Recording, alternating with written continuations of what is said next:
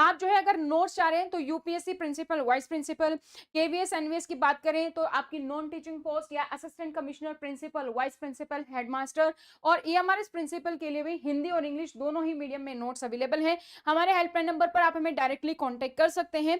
Notes bye courier pan India में delivery है और अगर आप दिल्ली एनसीआर में हैं तो आपको सेम डे डिलीवरी मिल जाती है बाय पोर्टर। आप हमारी ऐप डाउनलोड कर सकते हैं स्टडी पोर्टल एकेडमी, जहां पर आपके पास UPSC, KVS, NVS, EMRS, principal, vice principal, headmaster, assistant commissioner सभी के लिए बैच हमारे पास अवेलेबल है। रिकॉर्डेड भी, लाइव भी, नेक्स्ट एग्जाम वैलिडिटी के लिए भी सभी ऑप्शन अवेलेबल है और इंटरव्यू बैच भी हमारा जल्दी लॉन्च हो रहा है, तो वो भी हमारे पास लाइव और रिकॉर्डेड दोनों ही रहेगा। वो भी आप जो है ज्वाइन कर सकते हैं हमारी ऐप के थ्रू। इसमें आपका सारा कंटेंट अपलोडेड है, वीडियोस अपलोडेड हैं, आपकी जो है जो भी पीडीएफ्स हैं वो अपलोडेड हैं, एमसीक्यू, डिस्क्रिप्टिव सारी चीजें यहाँ पर दी गई हैं। तो चलिए ज्यादा टाइम वेस्ट ना करते हुए अपने क्वेश्चन पेपर पर आते हैं। सबसे पहला जो क्वेश्चन, सबसे पहले जो हमारे पास सेक्शन है वो है हमारा जो है पर्सपेक्टिव इन एजुकेशन लीडरशिप का। फिर कुछ क्वेश्चन हमारे पास मैनेजमेंट एंड सुपरविजन लीडरशिप पे है और उसके बाद लास्ट में जो सेक्शन पूछा गया वो है हमारा एडमिनिस्ट्रेशन एंड फाइनेंस से। तो सबसे पहला क्वेश्चन देख लेते हैं। सबसे पहला क्वेश्चन हमारा क्या है, according to the Piaget, during which stage can children logically solve hands-on problems and the understand conservation and the reversibility. तो कहां पे जो बच्चा है कौन से स्टेज में जो है कंजर्वेशन और रिवर्सिबिलिटी जो है समझ पाता है, किस स्टेज में। तो सबसे पहली जो हमारी यूनिट है चाइल्ड डेवलपमेंट एंड पेडागोजी, उसी से हमारा क्वेश्चन है, क्योंकि जब हम ग्रोथ एंड डेवलपमेंट पढ़ते हैं तो सबसे पहले हम कौन सी थ्योरी पढ़ते हैं, जीन पियाजे की थ्योरी पढ़ते हैं। तो उन्होंने जो स्टेज दी थी उसी के अकॉर्डिंग क्वेश्चन पूछा गया है। तो पियाजे के अनुसार किस अवस्था में बच्चे व्यवहारिक समस्याओं को तार्किक रूप से हल कर सकते हैं और संरक्षण एवं उत्क्रमणीयता को समझ सकते हैं। तो कंजर्वेशन और रिवर्सिबिलिटी किस स्टेज पर समझते हैं, sensory motor stage, pre operational stage, concrete operational या फिर फॉर्मल ऑपरेशन स्टेज। तो हमें पता है कि कौन सी होती है, वो होती है हमारी कंक्रीट ऑपरेशनल स्टेज। ऑप्शन जो थर्ड है आपका वो यहाँ पर करेक्ट रहेगा। हिंदी में है संवेदी प्रेरक अवस्था, पूर्व संचालन अवस्था, औपचारिक संचालन अवस्था और मूर्त संचालन अवस्था। तो ये हमारी होती है मूर्त संचालन अवस्था। Now, second question क्या दिया गया है, why are the teachers considered key promoters, key contributors to the promoting mental health literacy in the school। तो mental health and mental well-being का हमारे पास टॉपिक है, वहां से क्वेश्चन पूछा गया है कि स्कूल में मानसिक स्वास्थ्य साक्षरता को बढ़ावा देने में शिक्षकों को प्रमुख योगदान करता क्यों माना गया। क्यों मानते हैं हम स्कूल में कि टीचर ही सबसे जो है मेन रोल है कि वही मेंटल हेल्थ को प्रमोट कर सकता है। हमें पता है कि जो है जब हम स्कूल की बात करते हैं तो टीचिंग लर्निंग, टीचर के साथ ऑटोमेटिकली स्टूडेंट आ जाता है। तो स्टूडेंट जो है हमारा सबसे नजदीक किसके रहता है, टीचर से। टीचर के अपने पास जो है सारी बातें खुल के कर सकता है, तो टीचर हमारे पास प्राइमरी रोल है। तो they are train medical practitioner. तो ये तो नहीं होता है कि हमारे पास जो टीचर है हम हमेशा मेडिकल प्रैक्टिशनर हो, ये तो ऐसा तो नहीं है ना, वो तो हम हायर नहीं कर रहे हैं। They specialise only in diagnostic mental illness, नहीं, उनको ये भी नॉलेज नहीं है कि कैसे मेंटल जो है हमारी इलनेस है उसको कैसे डायग्नोस करें। थोड़ा बहुत आइडिया देते हैं बट उनकी प्रोफेशनल नहीं है हमारे पास। They possess pedagogical knowledge and understanding of the child development। ये हमारे पास करेक्ट है, क्योंकि उनको पता है, उनको समझ है कि बच्चे के बिहेवियर को जो है वो ऑब्जर्व करते हैं। बच्चे के बिहेवियर में जैसे ही थोड़ा बहुत चेंज हुआ जो भी चीज़ है, तो बच्चे के चाइल्ड डेवलपमेंट को वो समझते हैं कि स्टेज पर क्या माइलस्टोन है, कहाँ पर उसमें चेंजेस दिखाई दे रहे हैं, बच्चा स्ट्रेस में है, बच्चा जो है सैड है, बच्चा जो है सही फील नहीं कर रहा है, मेंटली स्ट्रेस है, एंग्जाइटी है कोई, तो वो सारी चीज़ें समझते हैं। तो टीचर के पास क्या है, pedagogical knowledge है and understanding of the child development। next they replace the role of mental health specialist, नहीं replace नहीं करते हैं, बस कि initial stage पे वो यहाँ पर ये बता पाते हैं टीचर कि हाँ भाई इस बच्चे में कोई प्रॉब्लम है, ताकि इस पे हम जो है सही समय पर सही डिसीजन ले सके, है ना। तो वे प्रशिक्षित चिकित्सक होते हैं, नहीं। वे केवल मानसिक रोगों के निदान में विशेषज्ञ होते हैं, नहीं। वे मानसिक स्वास्थ्य विशेषज्ञों की भूमिका निभाते हैं, नहीं। राइट ऑप्शन क्या है, उनके पास शिक्षण संबंधी ज्ञान और बाल विकास की समझ होती है। तो यहाँ पर भी हमारा जो राइट ऑप्शन है वो है हमारा यहाँ पर बी, सी, यानी कि जो थर्ड ऑप्शन है वो हमारा यहाँ पर करेक्ट है। क्वेश्चन नंबर थर्ड है हमारा, a national repository of the high quality resources on foundation literacy and numeracy will be made available on which digital platform. उच्च गुणवत्ता वाले आधारभूत साक्षरता और संख्यात्मक संसाधनों का राष्ट्रीय संग्रह किस डिजिटल प्लेटफॉर्म पर उपलब्ध है। एफएलएन के बारे में पूछा गया है कि कौन सा डिजिटल प्लेटफॉर्म है जहां पर आपके पास सारी रिपोजिटरी है। फर्स्ट है digital infrastructure for knowledge sharing यानी कि दीक्षा। सेकंड है हमारे पास एनडीएल, नेशनल डिजिटल लाइब्रेरी, नाम से पता चल रहा है यहाँ पर हमारे पास क्या है, ऑनलाइन जो है डिजिटल बुक, डिजिटल फॉर्म में हमारे पास बुक्स अवेलेबल हैं। देन हमारे पास ई पाठशाला और स्वयं पोर्टल, स्वयं पोर्टल पर हम काफी जो है ट्रेनिंग प्रोवाइड करते हैं फॉर द वोकेशनल कोर्सेज, तो ये नहीं है। तो कहाँ पर रिपोजिटरी है, हमने काफी बार बात की है दीक्षा पोर्टल की। तो ज्ञान साझा करने के लिए डिजिटल बुनियादी ढांचा, दीक्षा जो है ये यहाँ पर करेक्ट ऑप्शन है। राष्ट्रीय डिजिटल पुस्तकालय गलत है, ई पाठशाला भी और स्वयं भी। तो राइट ऑप्शन हमारा क्या है, दीक्षा, क्योंकि दीक्षा पोर्टल पर आप सभी अपना कंटेंट अपलोड करते हैं। दीक्षा पोर्टल से क्वेश्चन हमने कल का जो है ईएमआरएस का पेपर जो हमने सोल्व किया था 23 को, उसमें भी हमने बात की थी, उसमें भी था हमारे पास दीक्षा के बारे में, राइट, कि क्यूआर कोड है, अब वहां पर आप लॉग इन कर सकते हैं बाय द टीचर, स्टूडेंट या फिर पेरेंट्स, तो अपने अपने अलग अलग रोल के अकॉर्डिंग आप वहां पर जो है क्या कर सकते हैं, लॉग इन कर सकते हैं। आपके पास सारी रिपोजिटरी है, कंटेंट है, एमसीक्यूज है ना, असेसमेंट्स है, वो सारी चीजें। तो यहाँ पर आपका राइट ऑप्शन क्या है, राइट ऑप्शन हमारा फर्स्ट ऑप्शन। नेक्स्ट क्वेश्चन पर चलते हैं, क्वेश्चन नंबर 4। क्वेश्चन नंबर 4 क्या है हमारा, which principle of textbook design states that the content and sequence included in the textbook should be careful not to contradict some of the core principle of these discipline। पाठ्य पुस्तक design के किस सिद्धांत में यह कहा गया है कि पुस्तक में शामिल सामग्री और अनुक्रम इस प्रकार हो कि वे इन विधाओं के कुल मूलभूत सिद्धांतों के विपरीत ना जाए। Curriculum principle, pedagogical principle, discipline principle या फिर टेक्नोलॉजी प्रिंसिपल। तो यहाँ पे हमारा राइट है सेकंड ऑप्शन, डिसिप्लिन प्रिंसिपल, क्योंकि डिसिप्लिन प्रिंसिपल जो है ये इंश्योर करता है कि जो हमारा कंटेंट है, सीक्वेंस है, वो जो है हमारी टेक्स्ट बुक्स में क्लियरली सही तरीके से होना चाहिए, कॉन्ट्राडिक्ट नहीं होना चाहिए। तो हमारा कौन सा राइट ऑप्शन होगा, second, discipline principle. Next question है हमारा क्वेश्चन नंबर 5, बैगलेस डेज से पूछा गया है। The vocational bagless days is best interpreted as, आप इसको कौन सी स्टेटमेंट है जहां पर आपको लगता है कि ये बिल्कुल सही मीनिंग है बैगलेस डेज का। व्यवसायिक बैग रहित अवधि का सर्वोत्तम अर्थ है a symbolic reform to reduce the academic load, शैक्षिक भार कम करने के लिए एक प्रतीकात्मक सुधार। हम चाहते तो है कि बच्चा बैगलेस जो है आए वहां पर, लेकिन उस टाइम को हम यूज कर रहे हैं, उस टाइम पर हम इंटर्नशिप, वोकेशनल एजुकेशन वो करवाएंगे। ऐसा नहीं है कि बैगलेस डे है तो हम सिर्फ और सिर्फ फन करवा रहे हैं, वहां पर भी हमारी टीचिंग हो रही है but without the text books, without the bag हो रही है। तो सिर्फ और सिर्फ एकेडमिक लोड को रिड्यूस करने के लिए है, तो ये हमारा गलत है।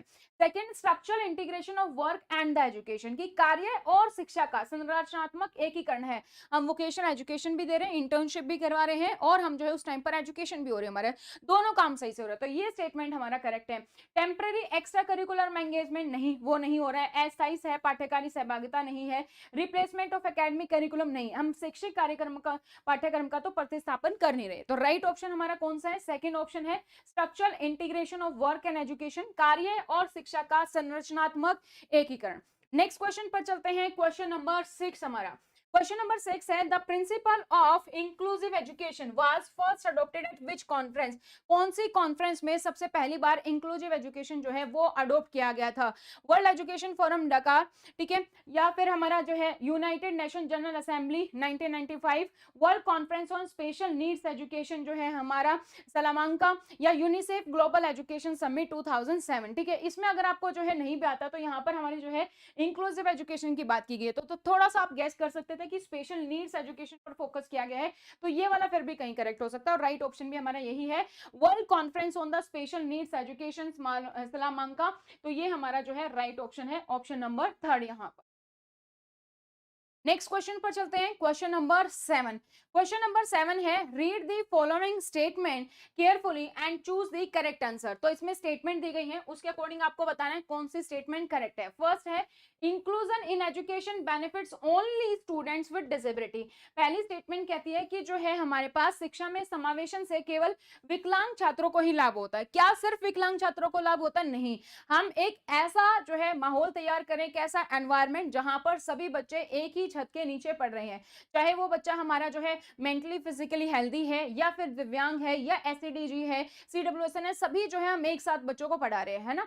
तो वहां पर सिर्फ ये नहीं कह सकते कि हम only and only student with disability, अगर ओनली एंड ओनली होता तो हमारे लिए अलग स्कूल थे ना पहले भी। तो इंक्लूसिव एजुकेशन तो तब है जब हम जो है नॉर्मल बच्चों के साथ एजुकेशन जो है दिव्यांग को भी दे रहे हैं, तो स्टूडेंट विद डिसेबिलिटी को, तो यहाँ पर ओनली लिखा है इसलिए ये हमारी स्टेटमेंट गलत हो जाती है।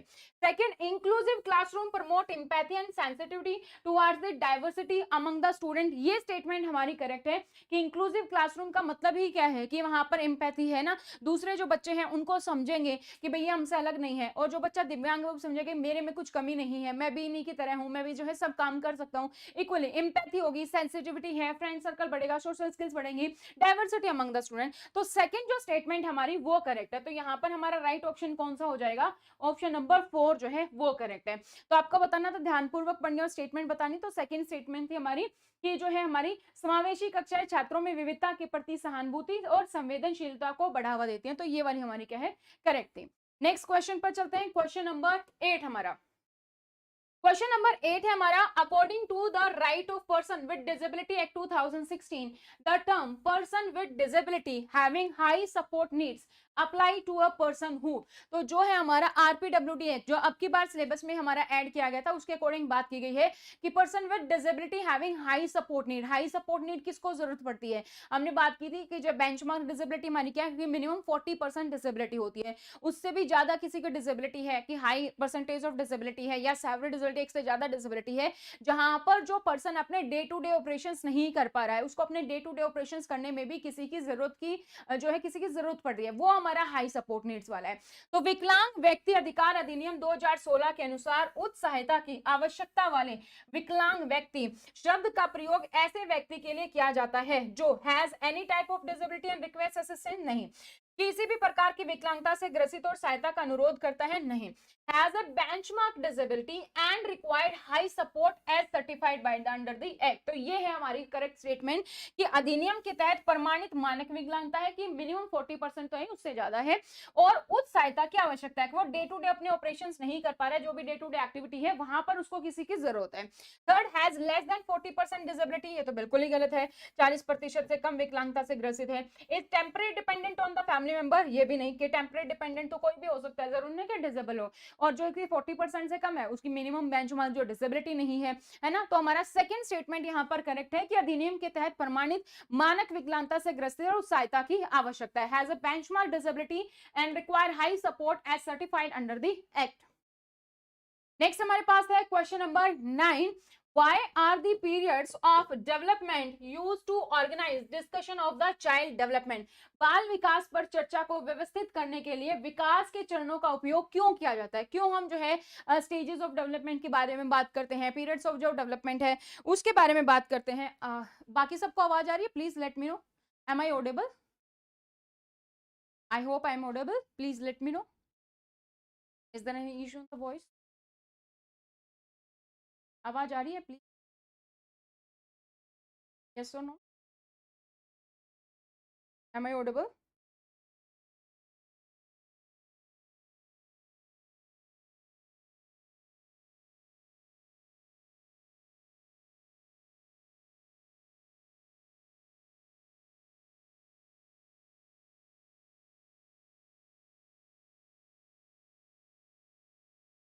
राइट, तो क्वेश्चन नंबर 9 हम डिस्कस करते हैं कि बाल विकास पर चर्चा को व्यवस्थित करने के लिए विकास के चरणों का उपयोग क्यों किया जाता है।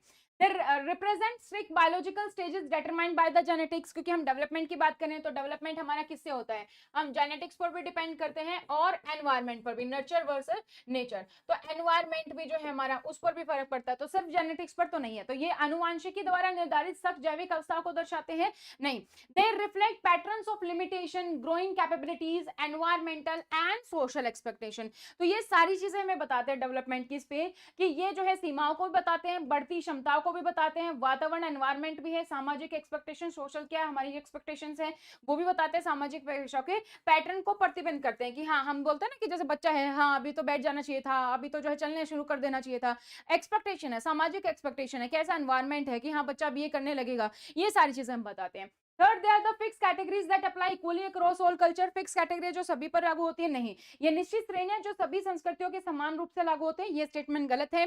They are based only on the children ages, ये सिर्फ और सिर्फ बच्चों की उम्र पर आधारित होते हैं, नहीं। हमने जो है बात की हुई है ऑलरेडी, जो है डेवलपमेंट के जब हम रूल पढ़े हैं, हमने जीन पियाजे की थ्योरम्स पढ़ी है, वहां पर भी हमने क्रिटिसिज्म पॉइंट पढ़ा था, है ना। वहां पर हमने बात की है कि क्रिटिसिज्म पॉइंट हमारे क्या आते हैं कि बच्चे की जो है एज अप्रोप्रिएट सारी चीजें नहीं है। अगर आप बच्चे को ट्रेन करोगे तो आप उसको और काम भी सिखा सकते हो, जरूरी नहीं कि उसी स्टेज में बच्चा वो सारी चीजें करेगा। सो ट्रेनिंग का भी यहाँ पर इंपैक्ट है। हर एक बच्चे का डेवलपमेंट सेम तरीके से नहीं होता, तो यहाँ पर अप्रोप्रिएट आंसर कौन सा हमारा सेकंड ऑप्शन करेक्ट है। दे reflect the pattern of limitations, growing capabilities, environment and the social expectation. Next question है हमारा एरिक्सन थ्योरी से, question number 10। According to Erikson theory, the major conflict during identity versus identity diffusion जो है हमारा adolescence centers on।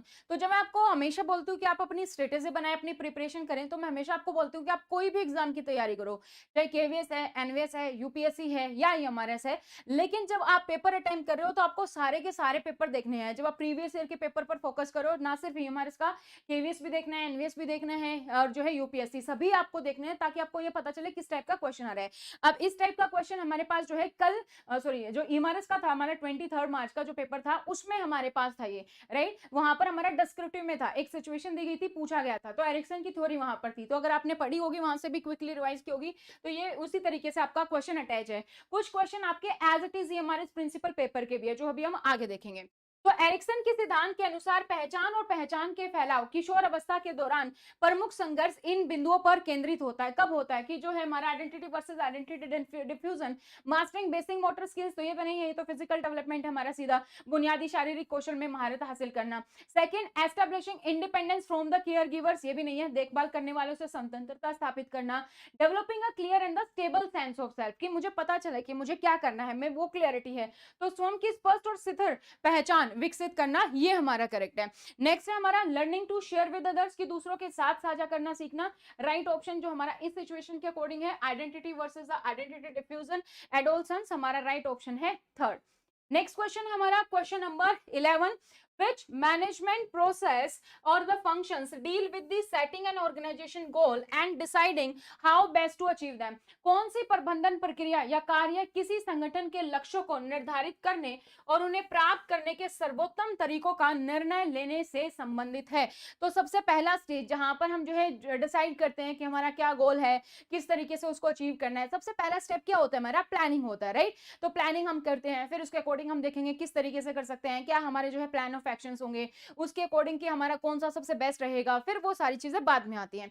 तो सबसे पहला हमारा कौन सा होता है, प्लानिंग होता है। तो राइट ऑप्शन हमारा क्या, ऑप्शन नंबर फर्स्ट, योजना बनाना, planning is the right option. Second है ऑर्गेनाइजिंग, लीडिंग, कंट्रोलिंग, इनमें से हमारा कोई नहीं है। नेक्स्ट क्वेश्चन की ओर बात करते हैं, क्वेश्चन नंबर 12 है हमारा। क्वेश्चन नंबर 12 क्या है, among the following examples which one reflect the role of a manager in interpersonal category। निम्नलिखित उदाहरणों में से कौन सा उदाहरण पारस्परिक संबंधों की श्रेणी में प्रबंधक की भूमिका को निभाता है ना। तो वो आपको यहाँ पर बताना है। Sending memos, outline, new organisation initiative, ये हमारा गलत है, कि नई संगठनात्मक पहलों की रूपरेखा प्रस्तुत करने वाले को ज्ञापन भेजना, नहीं। Attending ribbon cutting ceremony for the new school campus, नए स्कूल परिसर के उद्घाटन समारोह में भाग लेना। थर्ड है हमारा resolving conflict between the two individual, दो व्यक्तियों के बीच में विवाद सुलझाना। फोर्थ हमारा reviewing and revising the budget request, budget अनुरोधों की समीक्षा और संशोधन करना। यहाँ पर एज ए मैनेजमेंट जो है, एज ए मैनेजर के रूप पर आपकी जो इंटरपर्सनल कैरेक्टर है, कि पारस्परिक जो संबंध है, उसके रिगार्डिंग है। यहाँ पर आपके जो है दोनों ऑप्शन में करेक्ट हो सकते हैं, ठीक है। देखते हैं जब आंसर क्या आएगी, क्या आएगी। तो इसमें हमारे पास सेकंड भी करेक्ट हो सकता है, थर्ड भी। तो third is more appropriate, but हम ये नहीं कह सकते कि सेकंड बिल्कुल ही गलत है। सेकंड में बन सकता है कि जहां पर आप रिबन कैटेगरी जो है सेरेमनी अटेंड कर रहे हो, तो वहां पर भी आपके जो पारस्परिक संबंध दिख रहे हैं एज ए मैनेजर के तौर पर। लेकिन इसमें जो बेस्ट फिट आंसर है वो ये वाला है, जहां पर हम कॉन्फ्लिक्ट जो है वो आप जो है सोल्व कर पा रहे हो, your interpersonal skill as a manager. तो थर्ड ऑप्शन जो हमारा वो मोर अप्रोप्रिएट है देन द बी, ठीक है। तो थर्ड ऑप्शन अभी के लिए हम इसका लेके चलते हैं। नेक्स्ट हमारे पास है question number 13। Which of the following is an assumption that builds the theoretical base of the human resource development HRD? निम्नलिखित में से कौन सी मान्यता मानव संसाधन विकास HRD के सैद्धांतिक आधार का निर्माण करती हैं? HRD is based on the research and theory drawn from the learning that occurs in the children. HRD बच्चों में होने वाली अधिगम प्रक्रिया से प्राप्त शोध और संसाधनों पर आधारित है। नहीं, HRD हम ह्यूमन रिसोर्स डेवलपमेंट की बात करते हैं, ओवरऑल स्टाफ हमारा किस तरीके से क्या मैनेज है, वो सभी चीजों पर हम बात करें। Second, HRD is concern with improving people health. नहीं, लोगों की हेल्थ के बारे में नहीं है। HRD का उद्देश्य लोगों के स्वास्थ्य में सुधार लाना नहीं है। HRD है आप लोगों को जो है हायर करोगे, स्टाफ को हायर करना है, उसको ट्रेन करना है, ट्रेनिंग एंड डेवलपमेंट, ये सारी चीजें है ना, उनका परफॉर्मेंस अप्रोजल, ठीक है, ये सारी चीजें, मोटिवेशन, मॉरल। तो HRD is concern with improving people personal relationship with their family. नहीं है, HRD का उद्देश्य लोगों के अपने परिवार के साथ व्यक्तिगत संबंधों में सुधार करना नहीं है। कुछ स्टेटमेंट तो, कुछ क्वेश्चन तो इतने इजी हैं जहां पर इस क्वेश्चन में आपको पता है कि HRD क्या होता है, सिंपल नाम से भी पता है कि भाई यहाँ पर मानव रिसोर्सेज की बात है, मानव संसाधन की बात है ना, तो HRD, तो ये सब चीजें तो नहीं है। अगर आपने नहीं भी पढ़ा है तो आप इजीली गेस कर सकते हो। तो लास्ट ऑप्शन हमारा क्या है, HRD utilise the theories of change and how these relate to the organisation, ये हमारा करेक्ट है। फोर्थ ऑप्शन हमारा कि HRD परिवर्तन के सिद्धांतों का उपयोग करता है और यह संगठन से कैसे संबंधित है इसका विश्लेषण करता है। तो करेक्ट ऑप्शन हमारा यहाँ पर क्या है, ऑप्शन नंबर 4। नेक्स्ट क्वेश्चन है हमारा क्वेश्चन नंबर 14। क्वेश्चन नंबर 14 क्या है, consider the following statement on the performance feedback. तो जो है नीचे दिए गए प्रदर्शन प्रतिक्रिया के संबंध में निम्नलिखित कथनों पर विचार करना है। पहले जो स्टेटमेंट है वो है, the first step in most performance appraisal system is giving feedback to subordinate about their performance. पहली स्टेटमेंट कहती है कि अधिकांश प्रदर्शन मूल्यांकन प्रणालियों में पहला कदम है अधीनस्थों को उसके प्रदर्शन के बारे में प्रतिक्रिया देना। नहीं, ये हमारा पहला स्टेप नहीं है।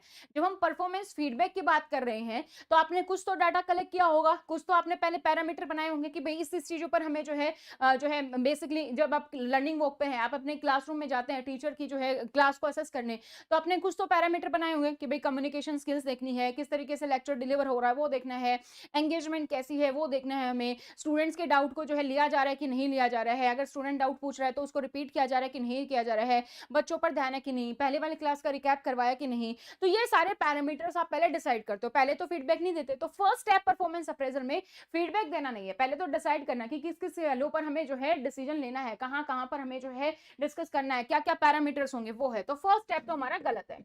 सेकंड है, this is usually done in the private meeting between the person between evaluating and his और हर बॉस। यह आमतौर पर मूल्यांकन के लिए किए जा रहे व्यक्ति और उसके बॉस के बीच में एक निजी बैठक में किया जाता है। ये हम हमेशा बात करते हैं कि जब भी तारीफ करनी है आप ओपन में कर सकते हो, असेंबली में कर सकते हो, सभी जो है स्टाफ रूम में है सभी के साथ सामने कर सकते हो कि हाँ भाई ये काम बहुत अच्छे से किया। लेकिन जब भी हम फीडबैक देते हैं तो it should be the personal, जो पर्सन है जिसको फीडबैक देना है उसको हमें डायरेक्टली देना चाहिए, ना कि सबके सामने। तो सेकंड स्टेटमेंट तो हमारे यहाँ पर करेक्ट है। Now the third statement, the discussion should generally be focused on the facts, the asset level of performance, how and why the assessment was made and how it can be improved in the future। तो यही होता है हमारा कि चर्चा आमतौर पर तथ्यों पर केंद्रित होनी चाहिए। भाई क्या क्या चीजें जो है हम यहाँ पर हमने ऑब्जर्व की हैं, प्रदर्शन का मूल्यांकित सतर क्या है, कि भाई कितनी जो है एसेस लेवल ऑफ परफॉर्मेंस क्या है हमारे पास, मूल्यांकन कैसे और क्यों किया गया है, किन किन पैरामीटर पर हमने किया, और क्या चीजें आप बेटर कर रहे हो, क्या चीजें आपको इंप्रूव करनी है, फ्यूचर में इसको कैसे सुधार सकते हैं, वो सारी चीजें। तो हमारा थर्ड स्टेटमेंट भी करेक्ट है। तो यहाँ पर हमारा बी और जो सी है वो स्टेटमेंट हमारी करेक्ट है, और बी और सी करेक्ट है तो हमारा राइट ऑप्शन हो जाता है ऑप्शन नंबर थर्ड, जो है बी और सी ऑप्शन नंबर थर्ड में ये हमारा करेक्ट है। नेक्स्ट क्वेश्चन की ओर बढ़ते हैं। क्वेश्चन नंबर है हमारा 15 हमारे पास क्या है कि consider the following statement on the career planning. Career planning पर है कि जो फॉलोइंग स्टेटमेंट है वो आपको कंसिडर करनी है कैरियर प्लानिंग को लेकर, choose the correct one. So career planning के संबंध में निम्नलिखित कथनों पर विचार करना है। पहला स्टेटमेंट है, the first aspect of maintaining human resource development is the career planning. तो पहला ही जो स्टेप है जब हम ह्यूमन रिसोर्स डेवलपमेंट को मेंटेन करने की बात करते हैं, क्या वो कैरियर प्लानिंग है? नहीं, फर्स्ट स्टेप ये नहीं, पहले तो हम हायर करेंगे उनको, ट्रेनिंग एंड डेवलपमेंट, उस पर फोकस हमारा। सेकंड हमारा, when the movement people changing job are जो है हमारा haphazard and poorly considered, both are the individual and the organisation suffer. मानव संसाधन प्रबंधन का पहला पहलू कैरियर प्लानिंग है? नहीं, जब ये बदलाव यानी कि लोगों का नौकरी बदलना अव्यवस्थित और अनियोजित होते हैं तो वे व्यक्ति और संगठन दोनों का नुकसान होता है। तो बिल्कुल करेक्ट है कि आप किसी भी को हायर कर रहे हो, उसको आप ट्रेन कर रहे हो, फिर वो किसी दूसरी जगह पर चला जाता है, तो हम बोलते हैं ना कि दोनों के लिए गलत है। एम्प्लॉय भी चला गया, हमने उसको ट्रेन किया, अब किसी दूसरे का आएगा, उसको ट्रेन करना पड़ेगा, जो ट्रेन नॉलेज है वो कहीं और पे अप्लाई करेगा। Planning can help map out what areas one is the most interested in and help that person see what opportunities are available within the organisation. Planning से यह पता लगाने में मदद मिलती है कि व्यक्ति किन क्षेत्रों में सबसे अधिक रुचि रखता है और संगठन के भीतर उपलब्ध अवसरों को समझने में भी मदद मिलती है। तो हमें पता है कि जो है अगर आप जो है प्रिंसिपल है तो आपको पता है कि भाई ये टीचर इस चीज में इंटरेस्टेड है, ये जो है टीचर इस चीज में इंटरेस्टेड है, तो आप अपनी जो डेलीगेशन करोगे वो उसी के अकॉर्डिंग करोगे ताकि उनको पता कि अच्छा उसको ये रिस्पॉन्सिबिलिटी देंगे तो बहुत अच्छे से निभाएगा। लेकिन ऐसा भी नहीं कि हर बार उसी को देंगे, हम जो है स्विच भी करते हैं ना, जॉब रोटेशन भी होती है। तो ये हमारा जो है दोनों ही करेक्ट है, बी स्टेटमेंट और जो है सी स्टेटमेंट। तो करेक्ट आंसर हमारा पर कौन सा है, ऑप्शन नंबर जो थर्ड है वो हमारा यहाँ पर करेक्ट हो जाएगा। नेक्स्ट क्वेश्चन की ओर बढ़ते हैं। क्वेश्चन नंबर हमारा क्या है 16।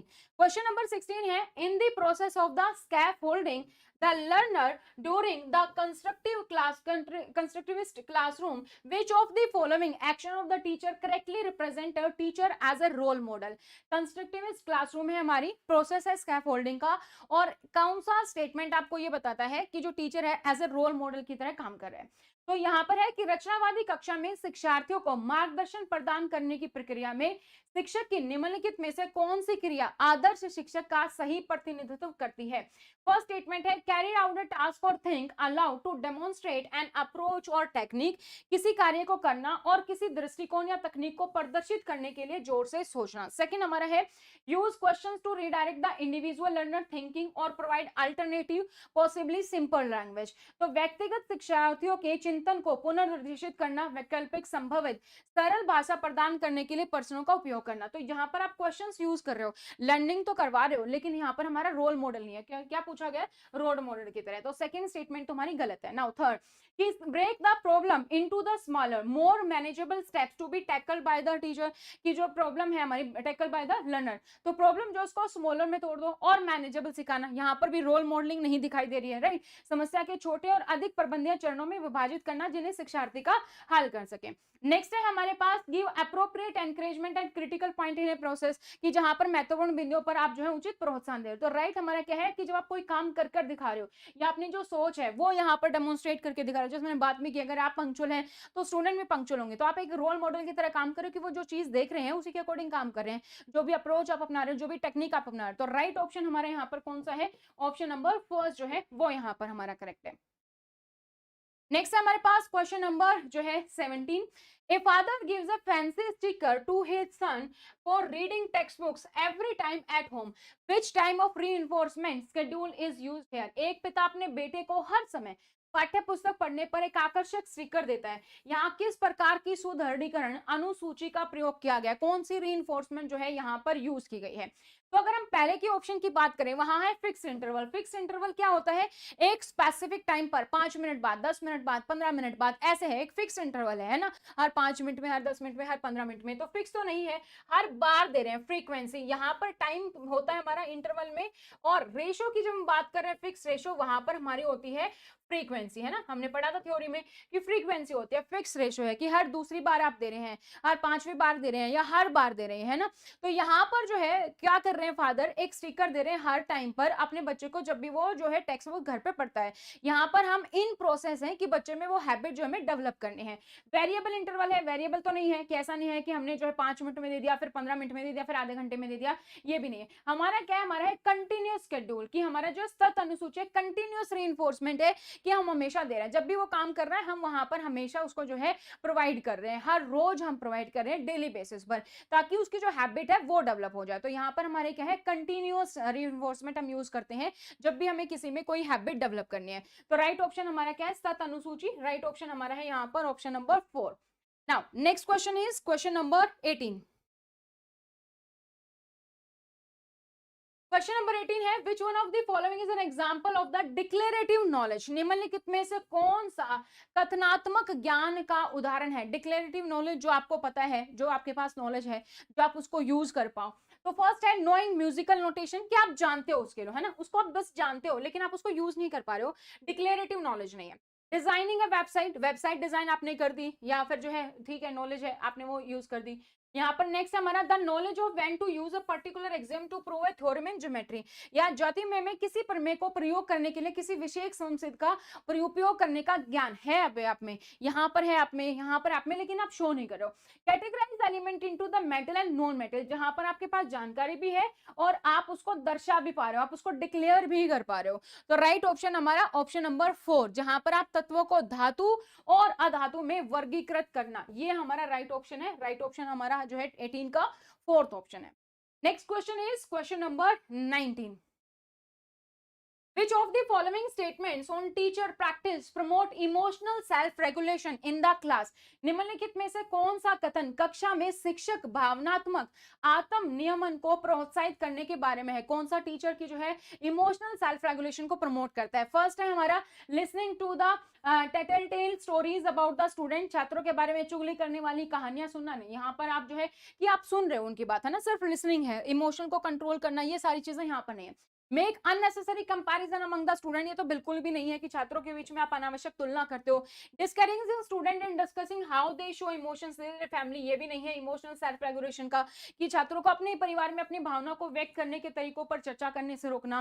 फोर्थ है हमारा model strategies for the students, talk about how you handle anger, disappoint, anxiety, emotional regulation, ये है हमारा करेक्ट ऑप्शन 4, जहां पर आप छात्रों के लिए कार्य नीतियों का उदाहरण प्रस्तुत करते हो कि क्रोध है, निराशा है, चिंता है, ये आपको निपटने के अपने तरीकों के बारे में बात करना, है ना, बताना कि इमोशंस को हम कैसे कंट्रोल कर सकते हैं, किस टाइप के इमोशंस होते हैं, आप जो एक्सप्रेस कर सकते हो अपने इमोशंस को, है ना, कि ये इस टाइम पर ये इमोशंस है, उसको कंट्रोल करना खुद को जो है, यहाँ पर वो सारी चीजें हमारे पास किस में आ जाती हैं, हमारी इमोशनल सेल्फ रेगुलेशन के बारे में सिखाना कि कैसे हम जो है जो नेगेटिव इमोशंस है, काइंड ऑफ डिसअपॉइंट है, एंग्जाइटी है, एंगर है, उसको हम कैसे हैंडल कर सकते हैं, वो स्ट्रेटेजी बताना, वो हमारा राइट ऑप्शन है, ऑप्शन नंबर 4 है। Now the next question is question number 20. Question number 20 है which of the following principle of the time table construction is followed when the qualification, experience of teachers, number of classroom, laboratories, studios and room size should be kept in mind so as to make the maximum use of all the available resources and to avoid wastage.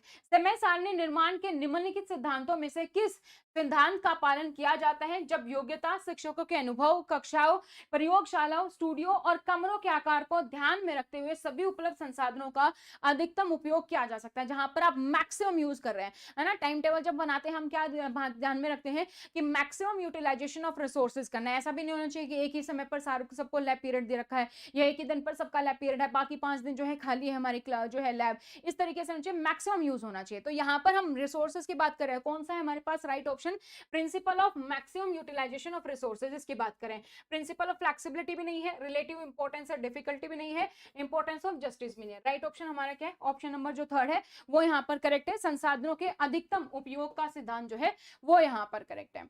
Next हमारा question number 21। A teacher is delivering a speech in an open playground. Strong wind disturbs the clarity of her voice and students struggle to hear properly. This situation illustrates. Communication से question है, management, supervision, leadership, हमने जो है बात की थी barriers की, है ना, फिजिकल बैरियर होता है, सेमेंटिक बैरियर्स होता है ना, इस तरीके से। तो ये हमारा कौन सा है, ये हमारा फिजिकल बैरियर है, जहां पर हमने बात की थी जैसे बहुत ज्यादा लाउड स्पीकर बज रहा हो, वहां पर आप जो है कुछ बोल रहे हैं, सामने वाले तक आपका इंफॉर्मेशन मैसेज जो है नहीं जा पा रहा है, वो हमारा। तो यहाँ पर भी क्या है कि कोई भी जो टीचर है वो प्लेग्राउंड में स्पीच जो है वो दे रहा है, लेकिन बहुत तेज हवा आ रही है, तो वॉइस क्लियर नहीं है, बच्चे ध्यान से सुन नहीं पा रहे हैं, समझ नहीं पा रहे हैं, तो फिजिकल बैरियर है ना। तो फिजिकल बैरियर, भौतिक बाधा। इमोशनल बैरियर हमारा कौन सा होता है, जहां पर आप स्ट्रेस में, एंग्जाइटी में है, आप बैठे हैं, ऑफिस से आए, आप बैठे हैं, तो सामने वाला बोल रहा है लेकिन आप सुन नहीं पा रहे, क्योंकि वो आपका इमोशंस इतना हाइपर है, इतना ज्यादा कि आप दूसरे की बात को सुन ही नहीं पा रहे हो, तो वो हो गया हमारा, ठीक है। तो इस तरीके से, तो हमारा फर्स्ट क्या है, हमारा सबसे पहला जो है right option physical barrier. Third next question है हमारा 22nd। A school had conduct supervision and that reaches a multiple agreement with the teachers on improving lesson delivery. This reflects the principle that supervision, एक school का प्रमुख सर्वेक्षण करता है और पाठ्य प्रस्तुति में सुधार करने पर शिक्षकों के साथ एक आपसी समझौते पर पहुंचता है। यह इस सिद्धांत को दर्शाता है कि पर्यवेक्षक इज रिजिड एंड ऑथोरेटिव, की अनम्य है और आधिकारिक होता है। Second, encourages conscious and the flexibility, सहमति और लचीलेपन को प्रोत्साहित करता है।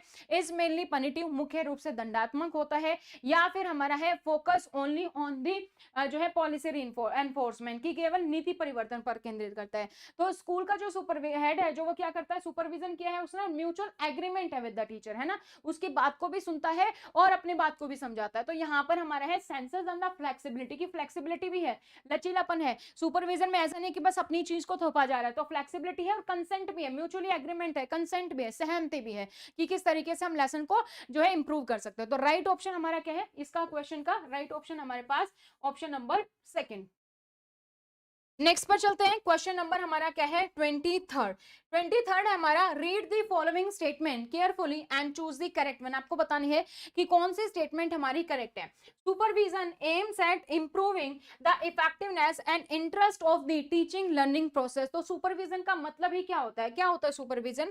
सुपरविजन की अगर हम बात करें यानी कि पर्यवेक्षण, कि आप किसी चीज को सुपरवाइज करते हो, उसके अकॉर्डिंग की क्या चीजें बेस्ट हो रही हैं, क्या चीजें और बेटर हो सकती है, वो सारी चीजें हम देख रहे हैं। तो supervision aims at improving the effectiveness and interest of the teaching learning process. तो हाँ बिल्कुल करेक्ट है हमारा, कि हमारा एम यही है कि हम किस तरीके से जो चीजें कर रहे हैं हम और बेटर कर सकते हैं, और जो है हम किस तरीके से जो है टीचिंग लर्निंग को और इंप्रूव कर सकते हैं। तो ये स्टेटमेंट तो हमारी करेक्ट है। Second, supervision is primary concern with the determining whether a school should be open, retain और द क्लोज। नहीं, सुपरविजन को हम जो है ये बताते हैं कि भाई ये चीजें आप और इंप्रूव कर सकते हो, ये चीज आप बेस्ट कर रहे हो, ये चीजें और इंप्रूव कर सकते हो। सुपरविजन से हम ये नहीं बताते कि आपका स्कूल खुला रहेगा या बंद हो जाएगा, क्या होना चाहिए, वो नहीं हम बताते हैं ना। सुपरविजन इज बेसिकली कि क्या चीजें और बेटर वे में हम कर सकते हैं, क्या एरियाज ऑफ इंप्रूवमेंट है।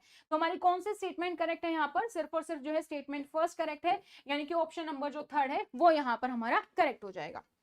नेक्स्ट क्वेश्चन पर चलते हैं, क्वेश्चन नंबर हमारा 24, यस 24 क्या है, Investing instruction inequities through classroom observation helps to, कक्षा अवलोकन के माध्यम से शिक्षण संबंधी असमानताओं की जांच करने में मदद मिलती है। First, increase teacher authority in the classroom, कक्षा में शिक्षक के अधिकार को बढ़ावा देने में नहीं। अगर आप जो है इन्वेस्टिगेट करें इंस्ट्रक्शन इनइक्वालिटी को, तो उससे जो है शिक्षक के अधिकार को बढ़ाने में मदद नहीं मिल रही है। Identify gender ethnic social economic disparity affecting the learning, इसमें मदद मिलती है कि जहां पर आप अवलोकन कर रहे हो तो इसके माध्यम से शिक्षण संबंधी असमानता क्या जांच कर सकते हैं आप, कि भाई जो है सीखने की प्रभावित करने वाले लैंगिक, जातीय या सामाजिक आर्थिक समानताओं की पहचान करना, gender ethnic socio economical disparity है वो आप पता लगा सकते हैं। Eliminate the need for differentiated instruction, विभेदित निर्देश की आवश्यकता को समाप्त करने में, या फिर standardised teaching methods for all the students, सभी छात्रों के लिए शिक्षण विधियों के मानकीकरण करने में। राइट ऑप्शन हमारा क्या है, ऑप्शन नंबर जो सेकंड है वो यहाँ पर हमें बताता है करेक्ट ऑप्शन।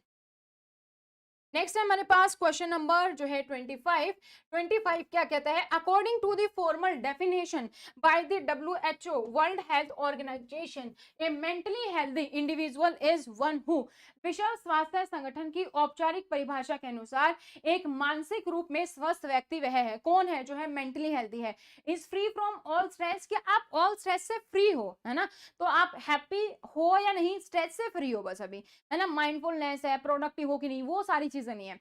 तो मेंटली हेल्दी जो कोई भी स्ट्रेस नहीं है, उसको कंट्रोल करना आता है, सारी चीजें, प्रोडक्टिव भी है, अपना काम भी कर पा रहा है, कम्युनिटी में भी जो है कंट्रीब्यूट कर पा रहा है, वो मेंटली हेल्दी है। अवॉइड सोशल रेस्पॉन्सिबिलिटी, नहीं, सामाजिक जिम्मेदारियों की बचना, ये तो बिल्कुल भी नहीं है, क्योंकि आप जो है मेंटली हेल्दी है तो वो सारी चीज आपको पता है कि आपकी क्या सोशल रेस्पॉन्सिबिलिटी है। Realise abilities cope with the normal stresses, work productivity and the contribute to the community, की अपनी क्षमताओं को पहचानता है जो मेंटली हेल्दी पर्सन है, सामान्य तनाव का सामना करता है और उत्पादक रूप से कार्य करता है और समुदाय में योगदान करता है। ये हमारा करेक्ट ऑप्शन है। फोर्थ है focus only on personal happiness, नहीं, हम पर्सनल हैप्पीनेस पर फोकस नहीं करते हैं, केवल व्यक्तिगत खुशी पर ध्यान केंद्रित करता है, ये भी गलत है। राइट ऑप्शन हमारा क्या है, ऑप्शन नंबर थर्ड है, जो मेंटली हेल्दी इंडिविजुअल है उसको अपनी एबिलिटीज भी पता है, वो अपने स्ट्रेस को भी कंट्रोल करना जानता है, वो प्रोडक्टिव भी है और वो अपनी सोसाइटी में भी कंट्रीब्यूट करता है। तो राइट ऑप्शन हमारा क्या है, ऑप्शन नंबर थर्ड है। नेक्स्ट क्वेश्चन की ओर बढ़ते हैं, क्वेश्चन नंबर है हमारा 26, read the assertion and reason carefully and choose the correct option. जैसे EMRS प्रिंसिपल में थे फर्स्ट के क्वेश्चन, उसी तरीके से यहाँ पर AR क्वेश्चन है, असर्शन एंड रीजन के क्वेश्चन है। तो असर्शन क्या है कि school managers must engage with both internal and external audience. तो यहाँ पर तो हम बात करते हैं इंटरनल एक्सटर्नल ऑडियंस, यानी कि कम्युनिटी जो है वो बहुत जरूरी है। तो education for society, society for education की कम्युनिटी से जो है हमें जुड़ के रहना है। तो स्कूल मैनेजर मस्ट एंगेज, तो ये तो बिल्कुल करेक्ट है कि इंटरनल एक्सटर्नल ऑडियंस उससे मैनेज करके रहना है ना, उससे कम्युनिकेट होना चाहिए। सेकंड हमारा educational management include internal operations, relationship with communities and governing body. कि एजुकेशनल मैनेजमेंट का मतलब क्या है कि इंटरनल ऑपरेशंस भी है और जो है आपका जो है गवर्निंग बॉडीज जो भी कम्युनिटीज हैं उनके साथ रिलेशनशिप भी है, ये सारी है। तो दोनों ही स्टेटमेंट हमारी करेक्ट है और आर करेक्ट एक्सप्लेनेशन है हमारा ए का कि भाई इंटरनल एक्सटर्नल है, क्योंकि जो है यहाँ पर कम्युनिटी जो है गवर्निंग बॉडी है उसके साथ मिलकर रहना है। तो दोनों स्टेटमेंट क्या दी गई है, स्कूल प्रबंधकों को आंतरिक और बाहरी दोनों दर्शकों के साथ जुड़ना चाहिए। शैक्षिक प्रबंधन में आंतरिक संचालन और समुदाय एवं शासी निकायों के साथ संबंध शामिल है। दोनों ही करेक्ट है। तो राइट ऑप्शन हमारा जो यहाँ का है वो हमारा कौन सा है, ऑप्शन नंबर जो फर्स्ट है वो करेक्ट है। नेक्स्ट क्वेश्चन पर बढ़ते हैं। क्वेश्चन नंबर हमारा है 27 है, a school leader adopts their leadership style depending on staff experience, school culture and urgency of the issue. Which model best explain this approach? एक स्कूल लीडर है जो कि सिचुएशन के अकॉर्डिंग बेसिकली अपना choose करता है कौन सी लीडरशिप थ्योरी काम में लानी है। एक स्कूल लीडर कर्मचारियों के अनुभव, स्कूल की संस्कृति और मुद्दे की तात्कालिकता के आधार पर अपनी नेतृत्व शैली बदलता है। कौन सा मॉडल इस दृष्टिकोण की सबसे अच्छी व्याख्या करता है?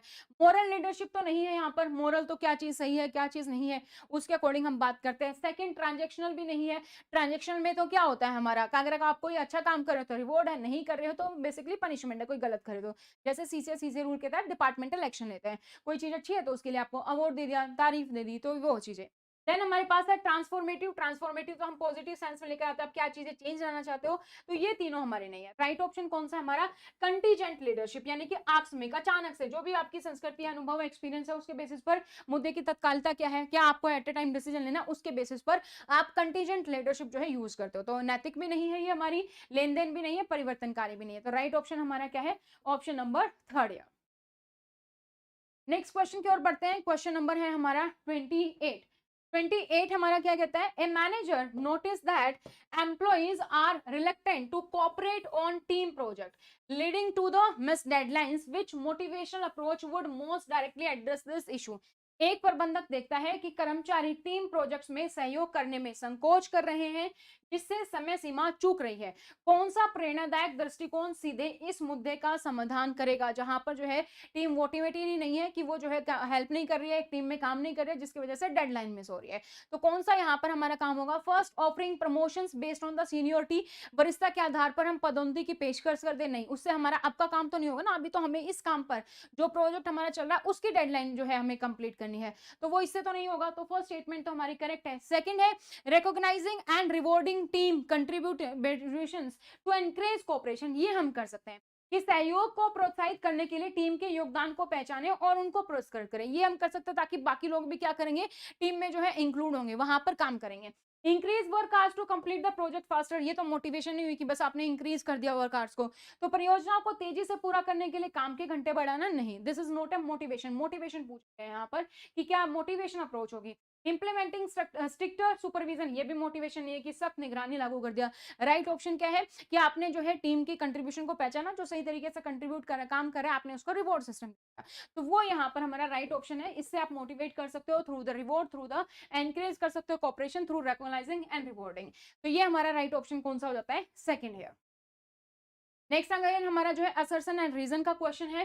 Question number 29, read the assertion and reason carefully and choose the correct option. आपको बताना है कौन सा करेक्ट ऑप्शन है।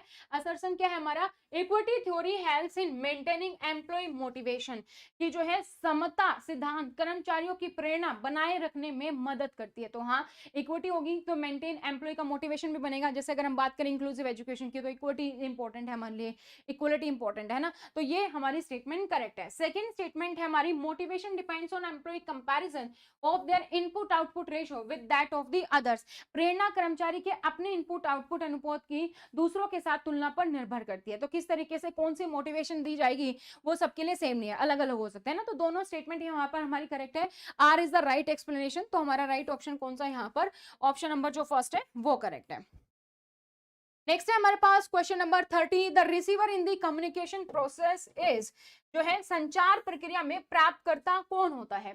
ऑलवेज एन इंडिविजुअल, हमेशा एक इंडिविजुअल, जरूरी नहीं है ना। अब जो है मैं आपको बोल रही हूँ, आप इतने सारे लोग सुन रहे हैं, सब रिसीवर हैं लेकिन इंडिविजुअल तो नहीं है ना। तो ये हमारा फर्स्ट स्टेटमेंट गलत है कि हमेशा एक व्यक्ति हो, जरूरी नहीं। ऑलवेज ए लार्ज ऑडियंस, हमेशा ही लार्ज ऑडियंस हो, ये भी बिल्कुल करेक्ट नहीं है। अब आपका एग्जाम हुआ, आपने मुझे कॉल करके बताया कि मैम पेपर अच्छा था, आसान था, सही से गया, तो इंडिविजुअल में कम्युनिकेशन है, मुझे मैसेज मिल रहा है, तो ऑर्गेनाइजेशन नहीं है, जरूरी नहीं है।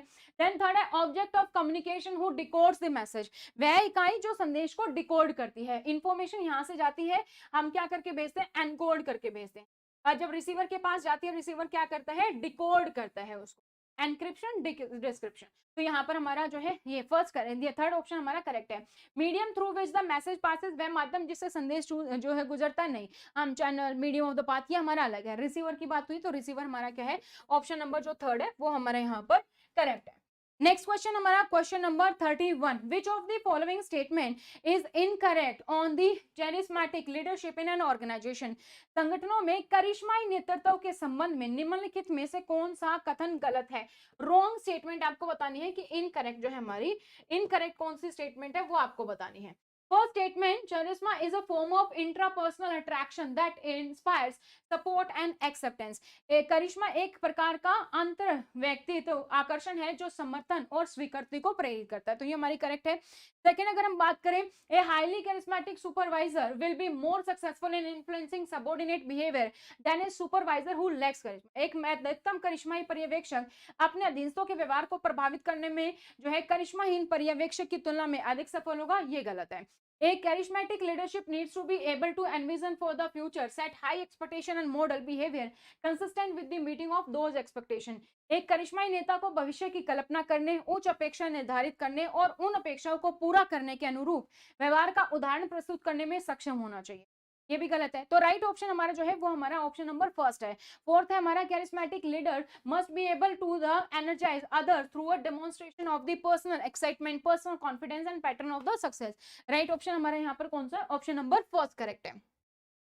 नेक्स्ट है हमारा question number 32, in an organization which of the following form of communication the information flows down the hierarchy from superior to subordinate, किसी संगठन में निम्नलिखित में से किस प्रकार की संरचना में सूचना वरिष्ठों से अधीन की ओर जाती है ना, वरिष्ठों से अधीन की तरफ, यानी कि टॉप डाउन अप्रोच है, डाउनवर्ड जा रही है, पदानुक्रम में नीचे की ओर जाती है। तो हॉरिजेंटल, हॉरिजेंटल तो नहीं है हमारी, है ना, हॉरिजेंटल ऐसे एक ही स्टेज पे जा रही है, टीचर टीचर से कम्युनिकेट कर रहा है, अपवर्ड टीचर जो है प्रिंसिपल से बात कर रहा है, रिटन कम्युनिकेशन भी नहीं है, आप ईमेल लिख रहे हो वो भी नहीं है, डाउनवर्ड है कि जो है आपका प्रिंसिपल से टीचर की तरफ, जैसे कि टॉप से सुपीरियर की तरफ जा रही है, तो थर्ड ऑप्शन हमारे यहाँ पर करेक्ट है, डाउनवर्ड कम्युनिकेशन। नेक्स्ट क्वेश्चन की ओर बढ़ते हैं, question number 33, which of the following is not the aim of the supervision, निम्नलिखित में से कौन सा पर्यवेक्षण का उद्देश्य नहीं है, सुपरविजन का कौन सा उद्देश्य नहीं है? First statement, to improve the quality of education by providing the professional leadership,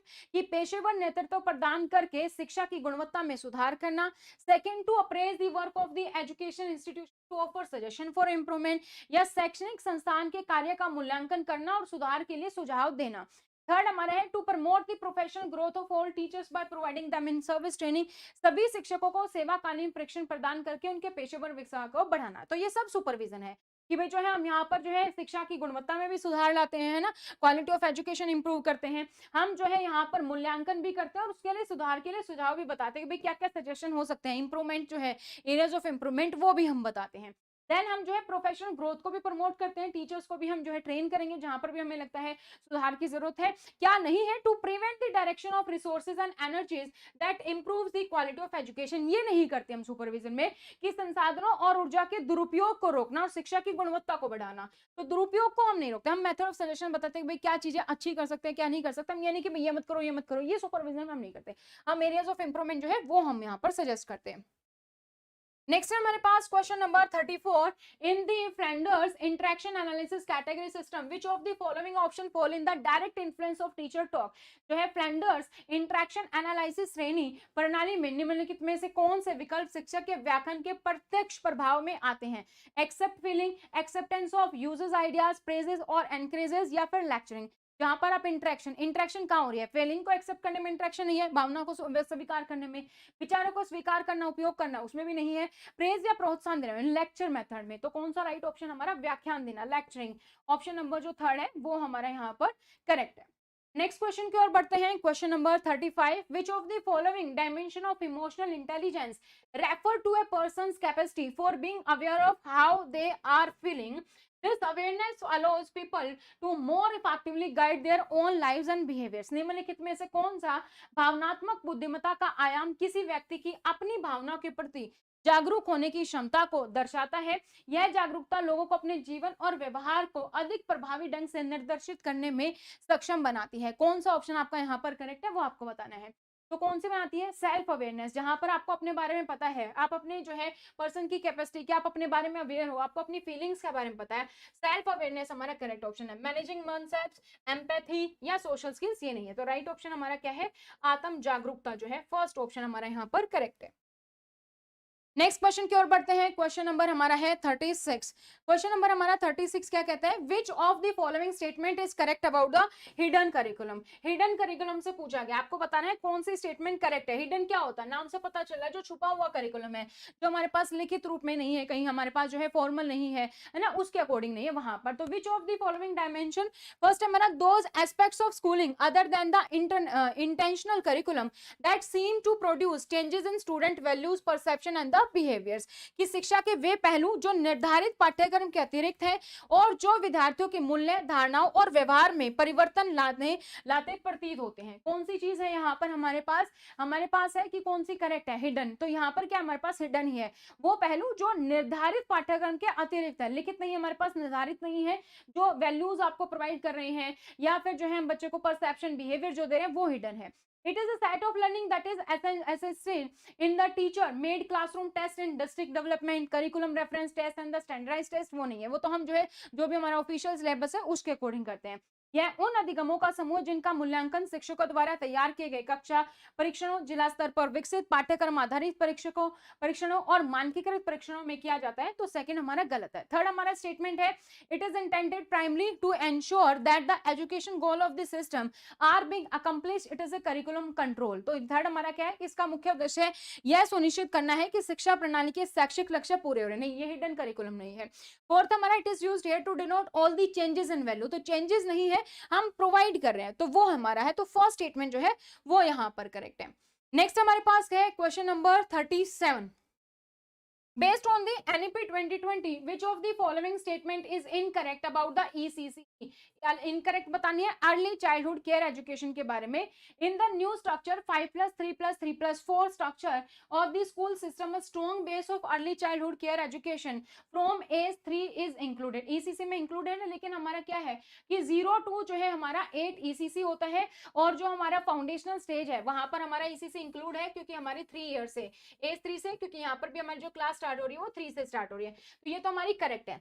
for the universal access to ECC, anganwadi centres will be standard with the high quality infrastructure, play equipment and the well trained anganwadi workers and the teachers. तो ये भी हमने बात की है कि जो भी हमारे यहाँ पर क्या करना है कि यहाँ पर जो भी चीजें हो रही हैं, कि जो भी बच्चों को हमें जो है यहाँ पर ईसीसी की अगर हम बात करें तो आंगनबाड़ी जो सेंटर्स हैं उनकी भी हम हेल्प लेंगे, जो प्ले स्कूल्स हैं उनकी भी हम हेल्प लेंगे, है ना।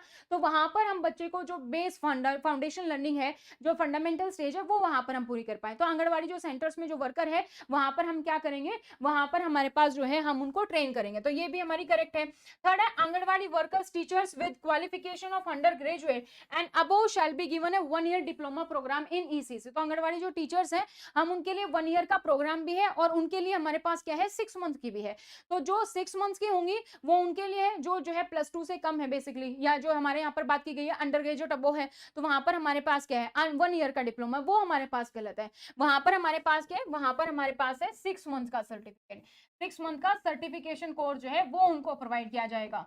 तो यहाँ पर हमारी ये स्टेटमेंट गलत हो जाती है। ECC will be introduced in आश्रमशाला in tribal dominated area। तो हाँ, ECC हम जो है आश्रमशाला में भी यूज करेंगे, उसका थोड़ा सा करिकुलम जो है अलग हो सकता है, लेकिन हम वहां पर हम जो है इसको यूज करेंगे। तो राइट ऑप्शन हमारा कौन सा है, थर्ड, जो कि हमारी इनकरेक्ट है। यहाँ पर क्या होना था, 6 मंथ सर्टिफिकेट होना था। तो थर्ड जो है हमारा वो स्टेटमेंट यहाँ पर जो है इनकरेक्ट है रिगार्डिंग द ECC। तो थर्ड ऑप्शन हमारा यहाँ पर करेक्ट हो जाता है। नेक्स्ट क्वेश्चन की ओर बढ़ते हैं। Question number 38, which of the following varieties of teacher reflective practice focus on teacher skill in disseminating the discipline content and presenting it in such a way to maximize its accessibility for its student। शिक्षक चिंतन अभ्यास की निम्नलिखित में से कौन सी किस्म शिक्षकों के विषय वस्तु के प्रसार और उसे इस प्रकार प्रस्तुत करने के कौशल पर केंद्रित है जिससे छात्रों के लिए उसकी सुगमता अधिक हो सके। तो वो आपको बताना है कौन सी वैरायटी ऑफ द टीचर्स है जो यहाँ पर बेसिकली रिफ्लेक्टिव प्रैक्टिस पर फोकस कर रही है। तो एकेडमिक वर्जन हमारा, social efficiency version, social reconstruction and development version. तो हम सबसे ज्यादा यूज करते हैं एकेडमिक, जहां पर हम छात्रों की सुगमता अधिकतम कर सकते हैं, उनकी एक्सेसिबिलिटी मैक्सिमाइज कर सकते हैं। हमने पिछले हफ्ते जो है क्या चीज पढ़ाई, बच्चों को कितना समझ में आई, हमने जो है असेसमेंट लेके देखा और जो है हमें लगता है कि हाँ बच्चों को चीजें वो समझ में नहीं है, तो हम क्या चेंजेस कर सकते हैं अपने लेसन प्लान में, अपने जो है पेडागोजी में, वो हम चेंजेस करते हैं। तो सबसे बेस्ट आंसर हमारे यहाँ पर क्या है कि हमारा एकेडमिक संस्करण यानी कि academic version first option correct है। नाउ द नेक्स्ट क्वेश्चन हमारा है 39 हमारा क्या है, Which one of the following statement is incorrect? यहाँ पर भी हमें बताना incorrect with respect to the role of team leaders in building and maintaining working relationship among the team members। Team के सदस्यों के बीच कामकाजी संबंध बनाने और बनाए रखने में टीम लीडर की भूमिका के संबंध में निम्नलिखित में से कौन सा कथन गलत है, कौन सा स्टेटमेंट जो है रॉन्ग है, वो आपको बताना है। फर्स्ट स्टेटमेंट हमारा है not putting self interest before the interest of the team members, कि टीम के सदस्यों के हितों से पहले अपने स्वार्थ को प्राथमिकता न देना, बिल्कुल करेक्ट है ना। अच्छा टीम लीडर वही है कि जो है अपने जो है यहाँ पर अपनी बात की बजाय अपनी टीम को लेकर चले। Keeping promotion and showing commitment to their team members, ये भी बिल्कुल सही है कि जो भी आपने कमिटमेंट किया, वादे निभाना, अपने साथी सदस्यों के प्रति प्रतिबद्धता दर्शन करना, कि जो भी आपने जो है उनको प्रॉमिस किया है, जो भी आपने जो है कमिटमेंट जो है वो आप शो करो। Being in touch with and sensitive to the other feelings, ये भी एक टीम लीडर में होना चाहिए। दूसरों की भावना को समझना, उसके प्रति संवेदनशील होना। क्या नहीं होना चाहिए, फॉलोइंग स्टेटमेंट जो इनकरेक्ट है टीम लीडर के रूप में, तो वो हमारा पास क्या है, जहां पर मेंटेनिंग वर्किंग रिलेशनशिप गलत है, वो है taking personal credit for the other people work, दूसरों के काम का श्रेय खुद लेना, ये हमारा गलत है। तो राइट ऑप्शन हमारा यहाँ पर क्या है, ऑप्शन नंबर 4 जो है वो हमारा करेक्ट है। नेक्स्ट क्वेश्चन है हमारा question number 40, in the context of professional learning communities which of the following statements is correct on the deprivatisation of the teachers. तो यहाँ टीचिंग पेशेवर शिक्षण समुदाय के संदर्भ में शिक्षण के निजीकरण के संबंध में निम्नलिखित में से कौन सा कथन सही है। तो यहाँ पर हमारा कौन सा कथन सही है, teacher classroom is not open to other teachers, नहीं, हम वहां पर तो बेसिकली क्या करते हैं कि दूसरे जो टीचर है वो भी सीखेंगे हमसे, तो नॉट ओपन वो गलत है। It has prevented teachers from providing each other instruction assistant, तो प्रिवेंट नहीं करता है बल्कि ये तो कहता है कि हाँ जो है दूसरे टीचर्स की मदद करो। In this teacher visit each other classroom for the various reason to observe, gather data and provide feedback to pick up new ideas from each other to teach and the so on, ये हमारा correct है। जहां पर teacher जो है क्या करते हैं, एक दूसरे की क्लासरूम में विजिट कर रहे हैं और अलग अलग चीजें सीखते हैं अलग अलग रीजन से, कई बार ऑब्जर्व कर रहे हैं, कई बार कोई डाटा जो है वो कलेक्ट कर रहे हैं, फीडबैक प्रोवाइड कर रहे हैं, नए आइडिया एक दूसरे को प्रोवाइड कर रहे हैं, है ना, पढ़ा रहे हैं, जो किस तरीके से पढ़ा, क्या स्टाइल है, वो सारी चीजें टीम टीच, वो यहाँ पर हमारा, तो थर्ड ऑप्शन जो है हमारा वो यहाँ पर हमारा करेक्ट है। In this teaching is a private act, नहीं, ये हमारा गलत है। तो थर्ड स्टेटमेंट जो हमारी यहाँ पर हमारी सही है। नाउ अब हमारे पास है एडमिन एंड फाइनेंस का सेक्शन। एडमिन एंड फाइनेंस में बहुत इजी से क्वेश्चन है, सीधा सीधा जो है स्टेटमेंट के अकॉर्डिंग है। तो what is the minimum number of internal complaint committee members as per the POSH act. तो पोश एक्ट की अगर हम बात करें, पोश एक्ट से जो है हमारे पास ईएमआरएस वाले में भी क्वेश्चन है डायरेक्टली, और यहाँ पर भी है ना, वहां पर डिस्क्रिप्टिव में भी थे, यहाँ पर भी है। तो पोश एक्ट में कितने मेंबर्स होते हैं, अगर हम इंटरनल कंप्लेंट कमेटी के बारे में बात करें, मैं हमेशा आपको बोलती हूँ पोश एक्ट में से सबसे पहला क्वेश्चन कहाँ से बनता है, अगर क्वेश्चन आना है इंटरनल कंप्लेंट कमेटी से। कई बार सीधी स्टेटमेंट आती है, कई बार जो है टाइमलाइन से भी क्वेश्चन आता है। तो हमारे पास 4 मेंबर होते हैं, हमें पता है कि एक हमारे पास क्या होगा, एक हमारे पास प्रेजाइडिंग जो है ऑफिसर होता है, जो सीनियर लेवल पे हमेशा विमेन होती है, उसके बाद 2 हमारे एम्प्लॉई होते हैं, और एक हमारे पास एक्सटर्नल मेंबर होता है थ्रू द एनजीओ या किसी भी ट्रस्ट से। तो हमारे पास टोटल कितने होते हैं, 4 लोग होते हैं। तो हमारे पास आंसर कितना है, सेकंड, 4 मेंबर्स जो है 4 सदस्य। What is the minimum length of service and mandatory to avail the LTC facility? LTC का लाभ लेने के लिए कितनी न्यूनतम सेवा अवधि का अनिवार्य है। तो हमारे LTC में सबसे पहले आ जाता है एलिजिबिलिटी। तो जो भी एम्प्लॉय, जैसे हमने फ्रेश रिक्रूट में भी एग्जांपल के साथ हमने डिस्कस किया था कि कैसे मिलता है, जब आपकी 1 साल की सर्विस पूरी हो जाती है उसके बाद मिलता है। तो 1 साल की सर्विस जो है वो जरूरी है। तो राइट ऑप्शन हमारा क्या है, 1 ईयर। ठीक है, तो no limit 2 years, 1 year, 6 month, 1 year is the right option, option number 3rd year. Next है हमारे पास, which one of the RTI session is associated with category of exempted information, है ना। आरटीआई की जब हम बात करें तो हमारे पास टाइम लिमिट से क्वेश्चन बनता है, या ये सेक्शन हमारे लिए सबसे इंपॉर्टेंट है, जहां पर हमें ये याद रखना है कि अगर आपने आरटीआई की रिक्वेस्ट की और अगर आपको इन्फॉर्मेशन जो है वो नहीं मिल पाई बाय चांस, तो अगर आपके पास इन्फॉर्मेशन नहीं मिल पाई और एग्जाम्पशन बोला गया, तो किस सेक्शन के तहत हमारे पास एग्जेम्प्टेड है कि हम ये इन्फॉर्मेशन नहीं दे सकते हैं, तो आरटीआई अधिनियम की कौन सी धारा छूट प्राप्त सूचना की श्रेणी से संबंधित है, वो हमारे पास सेक्शन 8, फोर्थ हमारा सेक्शन 8 है। 1421 4 ये नहीं है, section 8 is the correct. Next हमारे पास है question number 44, the role of presenting officer in departmental inquiry under CCS CCA rule. तो डिसिप्लिनरी अथॉरिटी जो है अपॉइंट करती है इंक्वायरी अथॉरिटी को प्लस प्रेजेंटिंग ऑफिसर को। प्रेजेंटिंग ऑफिसर का काम क्या होता है, हमने पढ़ा है, to present the case from the departmental side. तो presenting the case on the behalf of disciplinary authority, ये करेक्ट है। डिफेंडिंग चार्ज ऑफिशियल नहीं, उसके लिए हमारे पास कौन होता है, उसके लिए हमारे पास होता है डिफेंस असिस्टेंट, ठीक है, तो वो डिफेंस असिस्टेंट है लेता है। Issue of the penalty order, ये सिर्फ और सिर्फ किसके पास पावर होती है, डिसिप्लिन अथॉरिटी के पास, वही पेनल्टी ऑर्डर जो है जारी कर सकती है। एक्टिंग ऑफ अपीलेट अथॉरिटी नहीं, वो तो डिसिप्लिन अथॉरिटी से सीनियर अथॉरिटी होती है। तो हमारा पहला ऑप्शन जो है यहाँ पर हमारा करेक्ट है। तो सीसीएस सीसीए नियमावली 1965 के अंतर्गत विभागीय जांच में प्रस्तुत अधिकारी की भूमिका क्या होती है, अनुशासनिक प्राधिकारी की ओर मामले को प्रस्तुत करना, आरोपी अधिकारी का बचाव करना, शास्त्री उपदेश जारी करना, अपीलीय प्राधिकारी के रूप में काम करना, ये नहीं है। राइट ऑप्शन हमारा क्या है, ऑप्शन नंबर 1 डिपार्टमेंट की तरफ से केस को प्रेजेंट करता है। नेक्स्ट हमारे पास है question number 45, again CCS CCA rule से, केवीएस में सबसे इंपॉर्टेंट टॉपिक रहता है सीसीएस सीसीए रूल्स, है ना। तो इसलिए हम अपनी क्लास में सबसे पहले हम किससे शुरुआत करते हैं अपने बैच में, सीसीएस सीसीए रूल्स, है ना, सबसे इंपॉर्टेंट टॉपिक हमारा। तो सीसीएस सीसीए रूल्स में सस्पेंशन क्या है, बहुत ईजी है। रूल नंबर 10 में जो है आपकी पहली जो लाइन आ जाती है, वहीं से जहां मैं हमेशा बोलती हूँ कि ये क्वेश्चन आपका बनता है ना। तो क्या है सीसीएस सीसीए जो हमारा, उसके तहत सस्पेंशन क्या है, माइनर पेनल्टी है, नहीं माइनर पेनल्टी नहीं है, मेजर पेनल्टी भी नहीं है, लीड टू डिसमिसल भी नहीं है, तो नॉट अ पेनल्टी, पेनल्टी नहीं है हमारी, ठीक है। तो सस्पेंशन हमारी क्या है, पेनल्टी नहीं है। थर्ड ऑप्शन जो हमारे यहाँ पर करेक्ट है। तो सीसीएस सीसीए नियमावली 1965 के अनुसार निलंबन क्या है, लघु शास्ति नहीं, दीर्घ शास्ति या गुरु या बड़ी शास्ति नहीं, बर्खास्तगी को ले जाती नहीं, कोई शास्ति नहीं है। थर्ड ऑप्शन हमारा यहाँ पर करेक्ट है। नेक्स्ट है हमारा क्वेश्चन नंबर 46। 46 हमारा क्या कहता है, जो है कंपैशनेट जो है अपॉइंटमेंट से रिलेटेड है। Can a widow appointed on compassionate ground continue to in service if she gets remarried. क्या अनुकंपा के आधार पर नियुक्त एक विधवा पुनः विवाह होने पर सेवा में रह सकती है, हाँ रह सकती है। जब हम किसी को कंपैशनेट अपॉइंटमेंट देते हैं तो बाद में वो हमारी एक रेगुलर अपॉइंटमेंट की तरह ट्रीट होती है। बाद में हम नहीं देखते कि अब एलिजिबल है कि नहीं है, हमने एक बार दे दी तो वो रेगुलर एम्प्लॉयमेंट की तरह ही ट्रीट होती है। तो yes, no impact of remarriage, ये हमारा करेक्ट है। हाँ, पुनर्विवाह का कोई प्रभाव नहीं पड़ेगा। No appointment will be drawn, नहीं। Need president's approval for rectification, नहीं, जो है हमारा नियुक्ति वापस नहीं ली जाएगी, तो रेक्टिफिकेशन के लिए हमारे जो है यहाँ पर अनुमोदन की जरूरत नहीं होगी।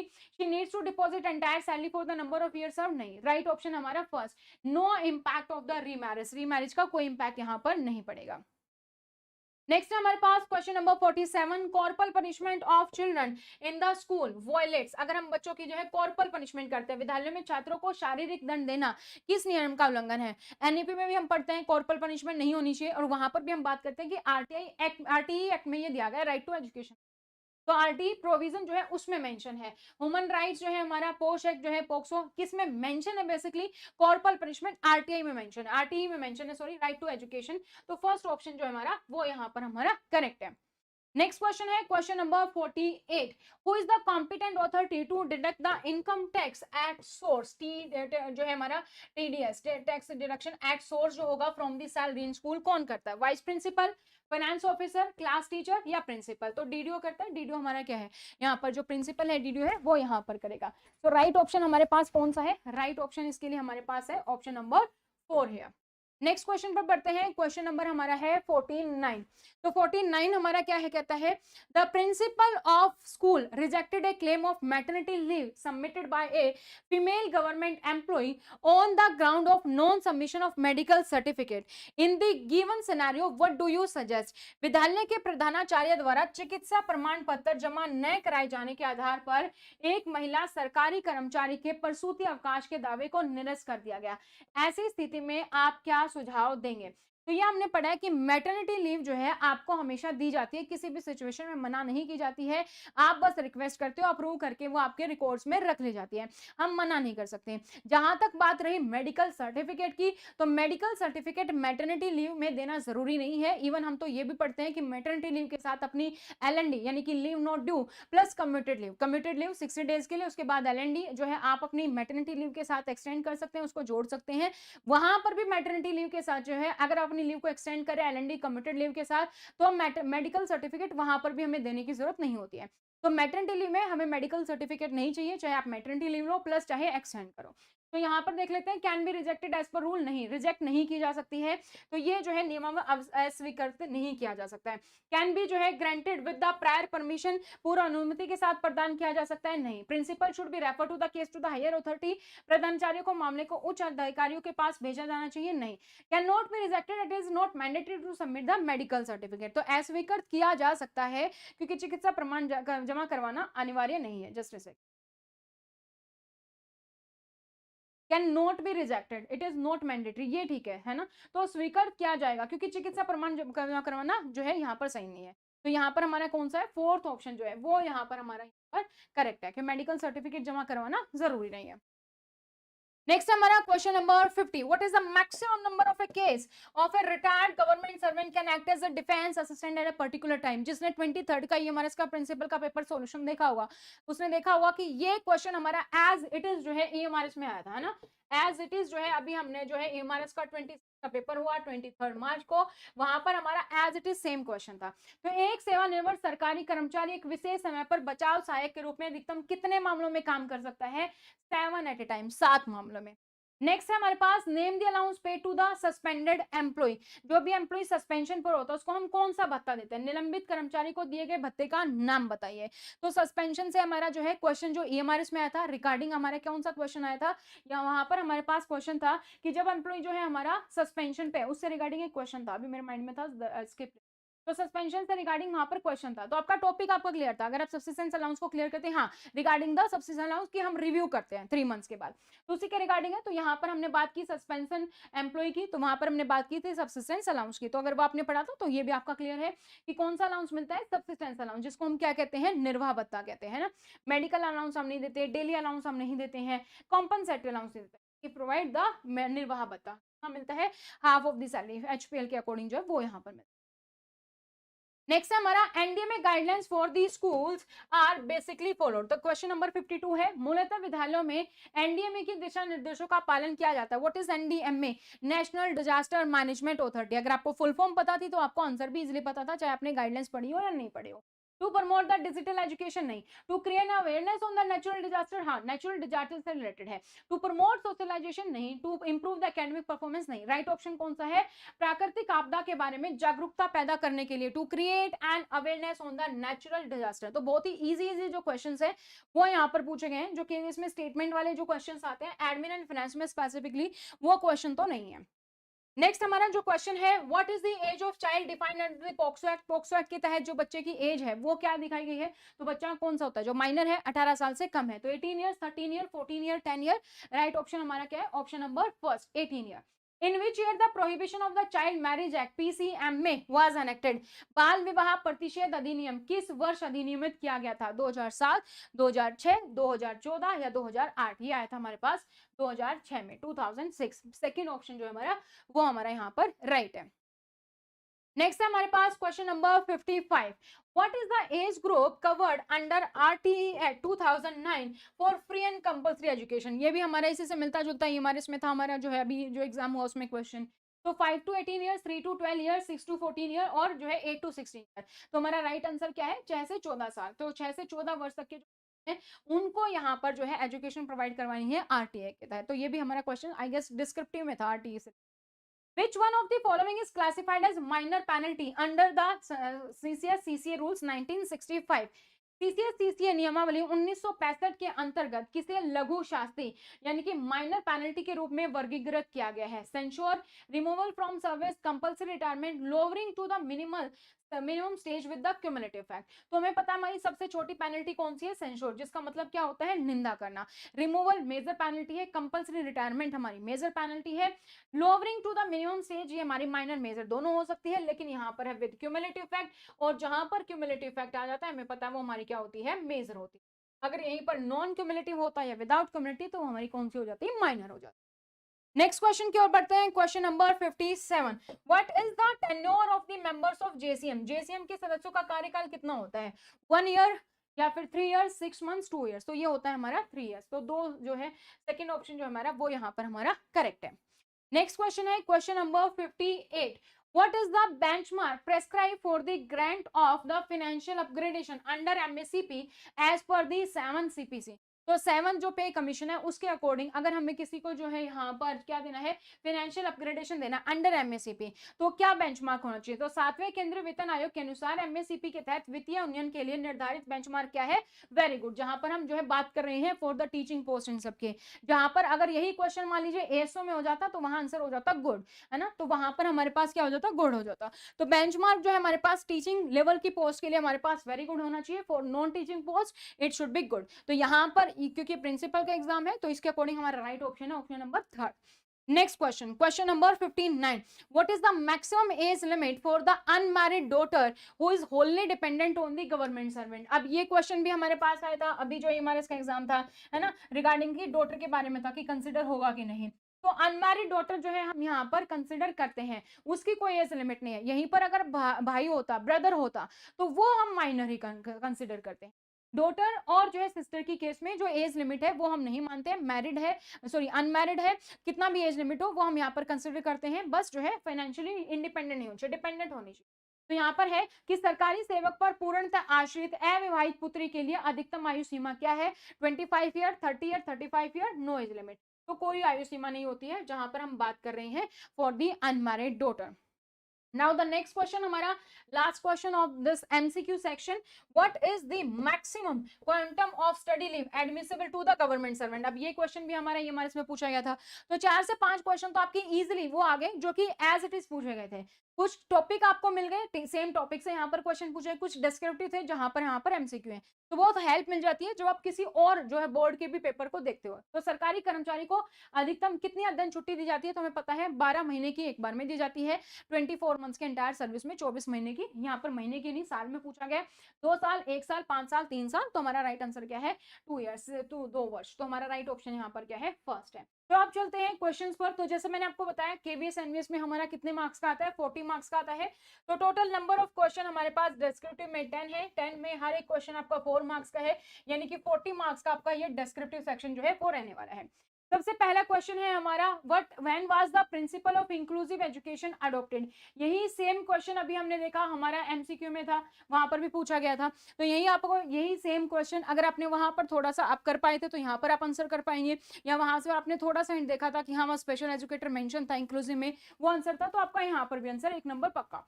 So when was the principle of inclusive education adopted? Write any 2 features of the inclusive education। तो समावेशी शिक्षा का सिद्धांत कब अपनाया गया, इसका आपका 1 नंबर था। और समावेशी शिक्षा की कोई 2 विशेषताएं लिखिए, ये आपका 3 नंबर का। तो टोटल 4 नंबर का आपका क्वेश्चन था। इंक्लूसिव एजुकेशन हमें पता है क्या होती है, समावेशी शिक्षा होती है। कब अपनाया गया, तो सीधा हम अपनाने की बात करते हैं। ग्लोबली अडॉप्टेड इन जो है हमारा कब, सलामांका सम्मेलन जो था, सलामांका कॉन्फ्रेंस 1994 यूनेस्को का, उसमें अपनाया गया था। यानी कि समावेशी शिक्षा का सिद्धांत सलामांका सम्मेलन 1994 यूनेस्को में अपनाया गया था। यही हमारा सेम क्वेश्चन आज ही के इस पेपर में एमसीक्यू में था। इसके बाद अगर हम बात करें फीचर्स की, तो फीचर्स जैसा कि मैंने आपको बताया कि मेरे फीचर्स और आपके फीचर्स अलग अलग हो सकते हैं, पॉइंट्स अलग अलग हो सकते हैं, क्योंकि बहुत सारे फीचर्स है ना।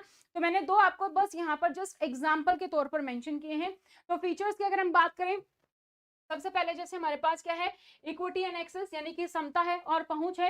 It ensure that all students regardless the physical और intellectual conditions have equal access to the curriculum. यह सुनिश्चित करता है कि सभी छात्रों को उनकी शारीरिक या बौद्धिक स्थिति की परवाह किए बिना पाठ्यक्रम तक समान पहुंच प्राप्त हो। सेकेंड हमारा रिमूवल ऑफ बैरियर्स, यानी कि बाधाओं को हटाता है। It focus on removing environmental and systematic barrier of the learning. यह सीखने में आने वाली पर्यावरणीय या फिर प्रणालीगत बाधाओं को दूर करने पर ध्यान केंद्रित करता है। सेकंड क्वेश्चन की बात करते हैं। सेकंड क्वेश्चन है हमारा लीडरशिप से, discuss briefly any two core function of the school leadership. तो जो है एक फंक्शन अगर आप लिख के आए हैं तो उसका आपके पास कितने मार्क्स हैं, 2 मार्क्स हैं। 2 फंक्शन पूछे गए हैं तो दो दो जो है एक एक फंक्शन आपका 2 नंबर का यहाँ पर है, तो 2 + 2 2 फंक्शंस पे आपके जो है 4 मार्क्स यहाँ पर बन जाते हैं। अगेन इसमें भी आप अलग अलग फंक्शंस मेंशन कर सकते हैं। तो core functions of school leadership की अगर हम बात करें, यानी कि विद्यालय नेतृत्व के मुख्य कार्य की, सबसे पहले हमारा क्या आ जाता है, इंस्ट्रक्शनल लीडरशिप, है ना, शिक्षण नेतृत्व। Leaders focus on improving teacher quality by observing classes and providing the professional feedback to the teachers. नेता कक्षाओं का अवलोकन करके और शिक्षकों को पेशेवर फीडबैक देकर शिक्षण की गुणवत्ता सुधार करने पर केंद्रित करता है। तो इंस्ट्रक्शनल लीडरशिप है, आपको एज ए पेडागोजिकल लीडर सबसे पहले तो क्या करना है, टीचिंग लर्निंग को सुधारना है। Second, we have the strategic management, रणनीतिक प्रबंधन. This involves setting a long-term vision, managing resources and building a positive school culture. तो इसमें स्कूल के लिए एक दीर्घकालीन दृष्टि निर्धारित करना, संसाधनों का प्रबंधन करना और एक सकारात्मक स्कूली संस्कृति का निर्माण करना शामिल है। क्योंकि लीडर पर डिपेंड करता है कि आपकी क्या सोच है, आप अपने स्कूल को कैसा बनाना चाहते हैं। एक आइडल स्कूल आपके अकॉर्डिंग क्या होगा, उसी के अकॉर्डिंग उसी डायरेक्शन में आप जो है काम करते हैं। तो ये 2 मेन फंक्शन जो है स्कूल लीडरशिप के। नाउ द थर्ड क्वेश्चन जो है हमारा, डिस्क्राइब ब्रीफली एनी टू, ठीक है, to ways to stop students misbehavior quickly। विद्यार्थियों के दुर्व्यवहार को शीघ्रता से रोकने के किन्हीं 2 तरीकों का संक्षेप में वर्णन करना है। और उन 2 तरीकों में भी क्या दिया गया है, वन लिस्ट इंट्रूसिव, यानी कि एक सबसे कम हस्तक्षेपकारी, and the other most intrusive, यानी कि दूसरा सबसे अधिक हस्तक्षेपकारी। इसके भी 2 मार्क्स हैं, इसके भी 2 मार्क्स हैं। कम से कम आपको जो है एक एक एग्जाम्पल यहाँ पर जो है देना है।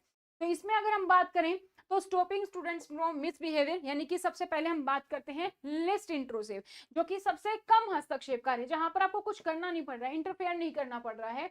वो कैसे हो गया, जैसे नॉन वर्बल क्यूज आप यूज करते हैं ना, आई कॉन्टेक्ट यूज करते हैं, और the proximity, moving closer to the student to stop the behaviour without interrupting the class. कोई भी बच्चा शरारत कर रहा है, आप क्लास में पढ़ा रहे हैं, तो बस आप एक बार देखते हैं वो चुप हो जाता है। तो ये क्या हमारा सबसे लिस्ट इंट्रूसिव, जहां पर आपको कोई हस्तक्षेप करने की जरूरत नहीं पड़ी है। यानी कि कक्षा को बाधित किए बिना व्यवहार को रोकने के लिए आंखों के संपर्क या निकटता का उपयोग करना, या फिर जो है आप जाकर जो है जिस डेस्क पर बात हो रही है वहां पर खड़े हो गए तो भी बच्चे चुप हो जाए। नेक्स्ट हमारा है मोस्ट इंट्रूसिव, यानी कि सबसे अधिक हस्तक्षेपकारी, जहां पर आपको इंटरफेयर करनी पड़ रही है।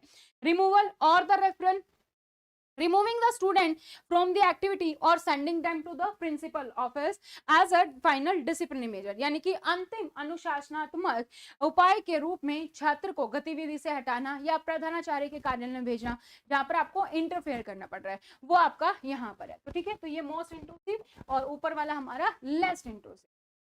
नेक्स्ट है हमारे पास question number 4, compare traditional and flip classroom both inside and the outside classroom context.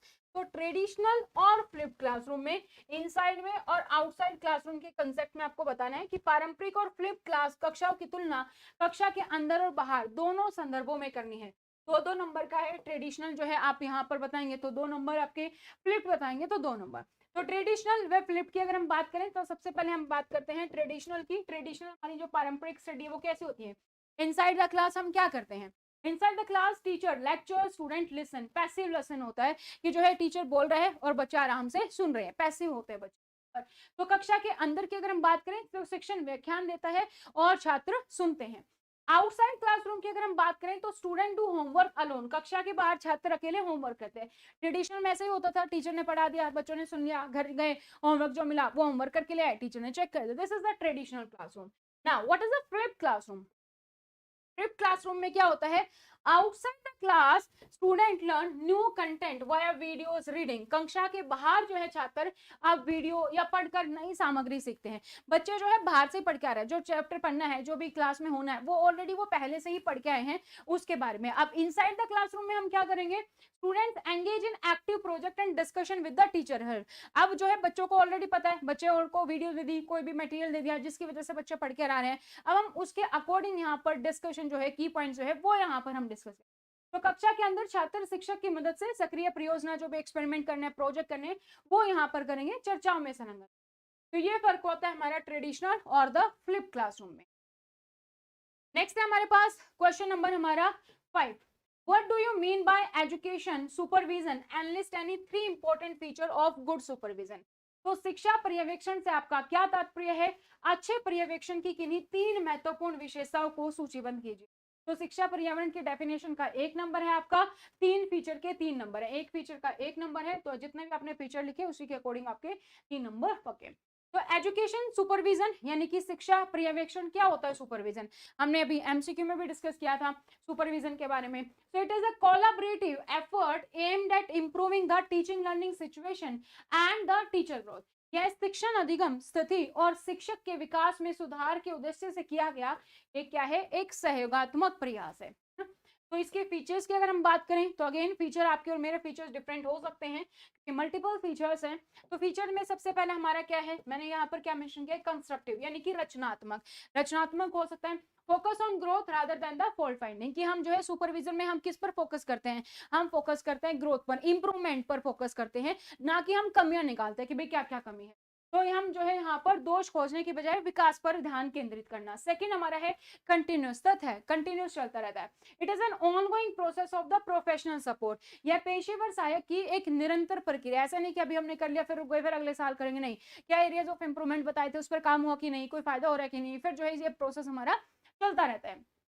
Then we have the scientific, वैज्ञानिक, uses data and objective observation यानी कि डाटा और वस्तुनिष्ठ अवलोकन का उपयोग करता है। साइंटिफिक डाटा हमारे पास आएगा तो उसके अकॉर्डिंग हम यहाँ पर जो है रिजल्ट निकाल सकते हैं।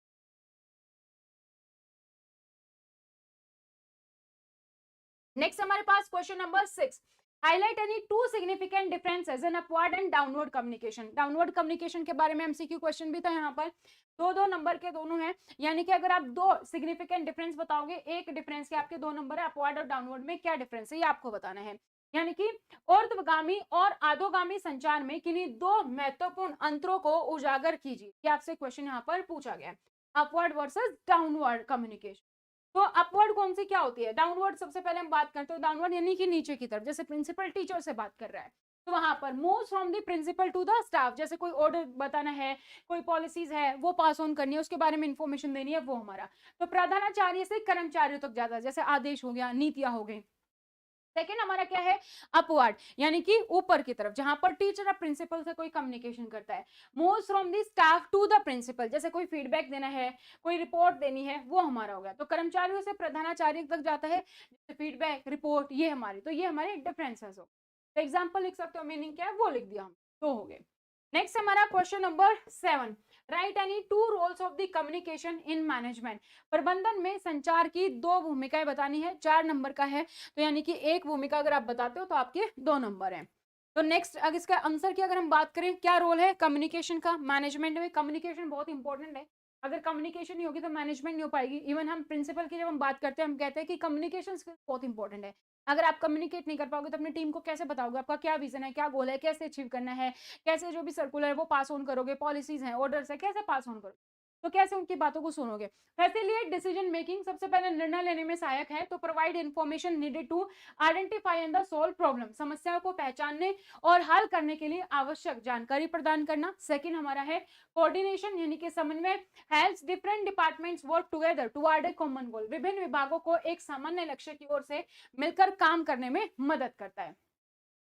नेक्स्ट हमारे पास क्वेश्चन नंबर 8, अब यहाँ पर हमारे पास पार्ट वाइज है ज्यादातर question 8 9 10। In the context of office procedure answer the following. Office procedure से डिस्क्रिप्टिव में क्वेश्चन है, एमसीक्यू में कोई क्वेश्चन नहीं था। तो कार्यालय प्रक्रिया के संदर्भ में निम्नलिखित का उत्तर दीजिए, 4 नंबर का है। तो 1 नंबर का तो आपका है डिफाइन ऑफिस प्रोसीजर, कार्यालय प्रक्रिया की परिभाषा देनी है। ऑफिस प्रोसीजर को अगर आपने डिफाइन किया तो 1 नंबर का ये हो गया आपका। Mention any two objectives of the office management, कार्यालय प्रबंधन के किन्हीं दो उद्देश्यों का उल्लेख करें, 1 नंबर का आपका ये हो गया। What do you mean by decentralization of the office work, कार्यालय के कार्य के विकेंद्रीयकरण से आप क्या समझते हैं, 1 नंबर का आपका ये हो गया। देन आपके पास है mention one advantage of the office manual, कार्यालय नियम पुस्तिका का एक लाभ बताना है। तो 1 नंबर का आपके पास यहाँ पर हो जाता है। 4 नंबर है। तो सबसे पहले तो क्या पूछा गया, ऑफिस प्रोसीजर है, उसकी डेफिनेशन पूछी गई है। तो ऑफिस प्रोसीजर क्या होता है, यानी कि ऑफिस का जो भी विजन है, गोल है, उसको अचीव करने के लिए, कोई भी ऑर्गेनाइजेशन बना है तो उसका गोल है कुछ ना कुछ अचीव करना है। उसको अचीव करने के लिए जो भी रूल्स एंड प्रोसीजर्स बनाए गए हैं स्टाफ के लिए कि भाई ये रूल जो है फॉलो करने हैं, वो हमारा ऑफिस प्रोसीजर। तो office procedure is systematic and chronological sequence of steps or routine tasks designed to perform office work efficiently and consistently. It ensures that every repetitive task follow a fixed path from the start to finish. कार्यालय प्रक्रिया कदमों या नियमित कार्यों का एक व्यवस्थित और कालानुक्रमिक क्रम है जिसे कार्यालय के काम को कुशलता पूर्वक और लगातार करने के लिए डिजाइन किया गया है। यह सुनिश्चित करता है कि प्रत्येक दोहराव वाला कार्य शुरू से अंत तक एक निश्चित पथ का अनुसरण करता है। सेकंड हमारा मेंशन एनी टू ऑब्जेक्टिव, दो ऑब्जेक्टिव आपको बताने हैं ऑफिस जो प्रोसेसर है ऑफिस मैनेजमेंट है उसके। तो एफिशिएंसी एंड इकोनॉमी यानी कि कार्यकुशलता कार्यकुशलता और जो है मितव्ययता, to ensure that office activities are carried out with maximum speed and accuracy. किसी भी एम्प्लॉय की परफॉर्मेंस हम कैसे मानते हैं, दो ही पैरामीटर से हम देखते हैं। सबसे पहले स्पीड एंड द एक्यूरेसी यानी कि क्वालिटी जो है हमारी स्पीड एंड क्वालिटी, टाइम पे काम है और जो है डेडलाइन पर आपने पूरा किया है ना। तो at the lowest possible cost, कि यह सुनिश्चित करना कि कार्यालय की गतिविधियां न्यूनतम संभव लागत पर अधिकतम गति और सटीकता के साथ की जाए। एफिशिएंसी इकोनॉमी, जो काम आप कर रहे हो वो बजट में है और जो काम आप कर रहे हो टाइम पे कर रहे हो, जो आपके पास रिसोर्सेज हैं उसकी मदद से आप मैक्सिमम आउटपुट लेकर आ रहे हो। नेक्स्ट हमारा है कोऑर्डिनेशन, समन्वय, to harmonize the efforts of different departments and individuals to achieve the common goals of the organization. यानी कि स्कूल संगठन के सामान्य लक्ष्यों को प्राप्त करने के लिए विभिन्न विभागों और जो है व्यक्तियों के प्रयासों में तालमेल बिठाना। नेक्स्ट हमारा है what do you mean by decentralization, की सारी पावर एक ही जगह पर नहीं है, सेंट्रलाइज नहीं है कि हमें जो है डिसीजन मेकिंग में टाइम लगेगा और सेंट्रलाइज होंगी, बार बार उसी पर्सन के पास जाना है फॉर दी परमिशन। इससे हम क्या करते हैं, डिसेंट्रलाइज करते हैं। जैसे प्रिंसिपल है सारे काम खुद नहीं करता, बाकी टीचरों में भी डिस्ट्रीब्यूट किए हैं जिससे कि काम आसानी से भी होंगे और हर काम के लिए हमें प्रिंसिपल के पास जाने की जरूरत नहीं है। तो what do you mean by decentralization? Decentralization means the distributing the authority and responsibility for office tasks across various department or individual unit rather than keeping them concentrated at a single center point। कि एक ही point पर सारी concentrate नहीं है बल्कि हमने जो है डिसेंट्रलाइज किया कि कुछ पावर इसके पास है, कुछ पावर इसके पास है, कुछ पावर इसके पास है, कुछ इसके पास है, इस तरीके से। For example, in a school, allowing individual department head to manage their own correspondence and file। तो जैसे हर एक डिपार्टमेंट हेड है अपनी अपनी फाइल जो है खुद से मैनेज करता है। तो विकेंद्रीकरण का अर्थ है कार्यालय के कार्यों के लिए अधिकार और जिम्मेदारी को एक एकल केंद्रीय बिंदु पर केंद्रित रखने की बजाय विभिन्न विभागों या व्यक्तिगत इकाइयों में वितरित करना। उदाहरण के लिए एक स्कूल में व्यक्तिगत विभागाध्यक्षों को अपने स्वयं के पत्राचार और फाइलों का प्रबंधन करने की अनुमति देना। Mention one advantage of the office manual. Office manual का एडवांटेज क्या है हमारा? तो an office manual serve as a standardised guide और standardised operating procedure SOP which ensures uniformity in work and helps in quick training of the new employee without constant supervision. तो यहाँ पर है कि एक कार्यालय नियम पुस्तिका एक मान्यकृत गाइड या मानक संचालन प्रक्रिया के रूप में कार्य करती है जो कार्य में एक रूपता सुनिश्चित करती है। तो वर्क क्या है हमारे पास एडवांटेज है ऑफिस मैनुअल है, सबको पता है कि भाई ये चीज फॉलो करनी है, कैसे कम्युनिकेशन होगी, कैसे क्या चीजें होंगी, तो उसके अकॉर्डिंग सारी चीजें फॉलो करते थे कि एसओपी जो है वो हमारे लिए बन जाती है ताकि हमारा काम जो है आसानी से हो पाए। नेक्स्ट क्वेश्चन हमारे पास क्वेश्चन नंबर 9, ये भी हमारे पास 4 नंबर का है। तो with reference to RT act 2005 answer the following. RT act से right to information, a parent files an RTI application seeking the details of PTA funds and the utilisation. PTA हमारी जो है पेरेंट्स टीचर एसोसिएशन जो बनी है जिसमें parents भी हैं टीचर्स भी है, उसके फंड के बारे में जानना चाहता है और कैसे यूटिलाइज हुआ है उसके बारे में जानना चाहता है। तो सूचना का अधिकार अधिनियम 2005 के संबंध में निम्नलिखित का आपको उत्तर देना है। कोई अभिभावक पीटीए फंड और उसके उपयोग का ब्यौरा जानने के लिए आरटीआई आवेदन करता है। सबसे पहले है does it fall under the RTI, क्या यह आरटीआई अधिनियम के अंतर्गत आता है, क्या ये इसके तहत हम आरटीआई के से जो है रिक्वेस्ट ले सकते हैं पीटीए फंड या यूटिलाइजेशन की? नहीं, सबसे पहले आपको ये बताना है। Second, mention one advantage of the proactive disclosure. Proactive disclosure यानी कि सूचना के स्वतः प्रकटन का एक लाभ बताना है आपको। प्रोएक्टिव डिस्क्लोजर क्या है कि आपकी जैसे स्कूल की वेबसाइट है, जो भी चीजें जो पब्लिक को पता होनी चाहिए वो आपने ऑलरेडी अपलोड कर रखी है, वो ऑलरेडी पब्लिकली अवेलेबल है, चाहे किसी मैगजीन के फॉर्म में, किसी पीडीएफ की फॉर्म में, किसी भी फाइल की फॉर्म में, आपकी वेबसाइट पर, नोटिस बोर्ड पर, कहीं पे वो इन्फॉर्मेशन अवेलेबल है। Third, how does RTI promotes the good governance. RTI से सुशासन को कैसे बढ़ावा मिलता है? एक नंबर आपका इसका हो गया। What should be the response of school in this context. इस संदर्भ में स्कूल का क्या प्रत्युत्तर होना चाहिए? एक नंबर आपका इसका हो गया। तो जो बात करते हैं सबसे पहले, तो क्या हम आरटीआई के तहत इसकी दे सकते हैं? तो यस, फंड है, फंड तो हम देते हैं कि भाई फंड है, कैसे यूज हो रहा है, कैसे ग्रांट मिल रही है, सारी चीजें तो applicability yes, PTM funds fall under the RTI as they relate to the school administration. तो हाँ, ये आरटीआई के तहत आता है, आप इसकी रिप्लाई जरूर करोगे क्योंकि ये स्कूल प्रशासन से संबंधित है।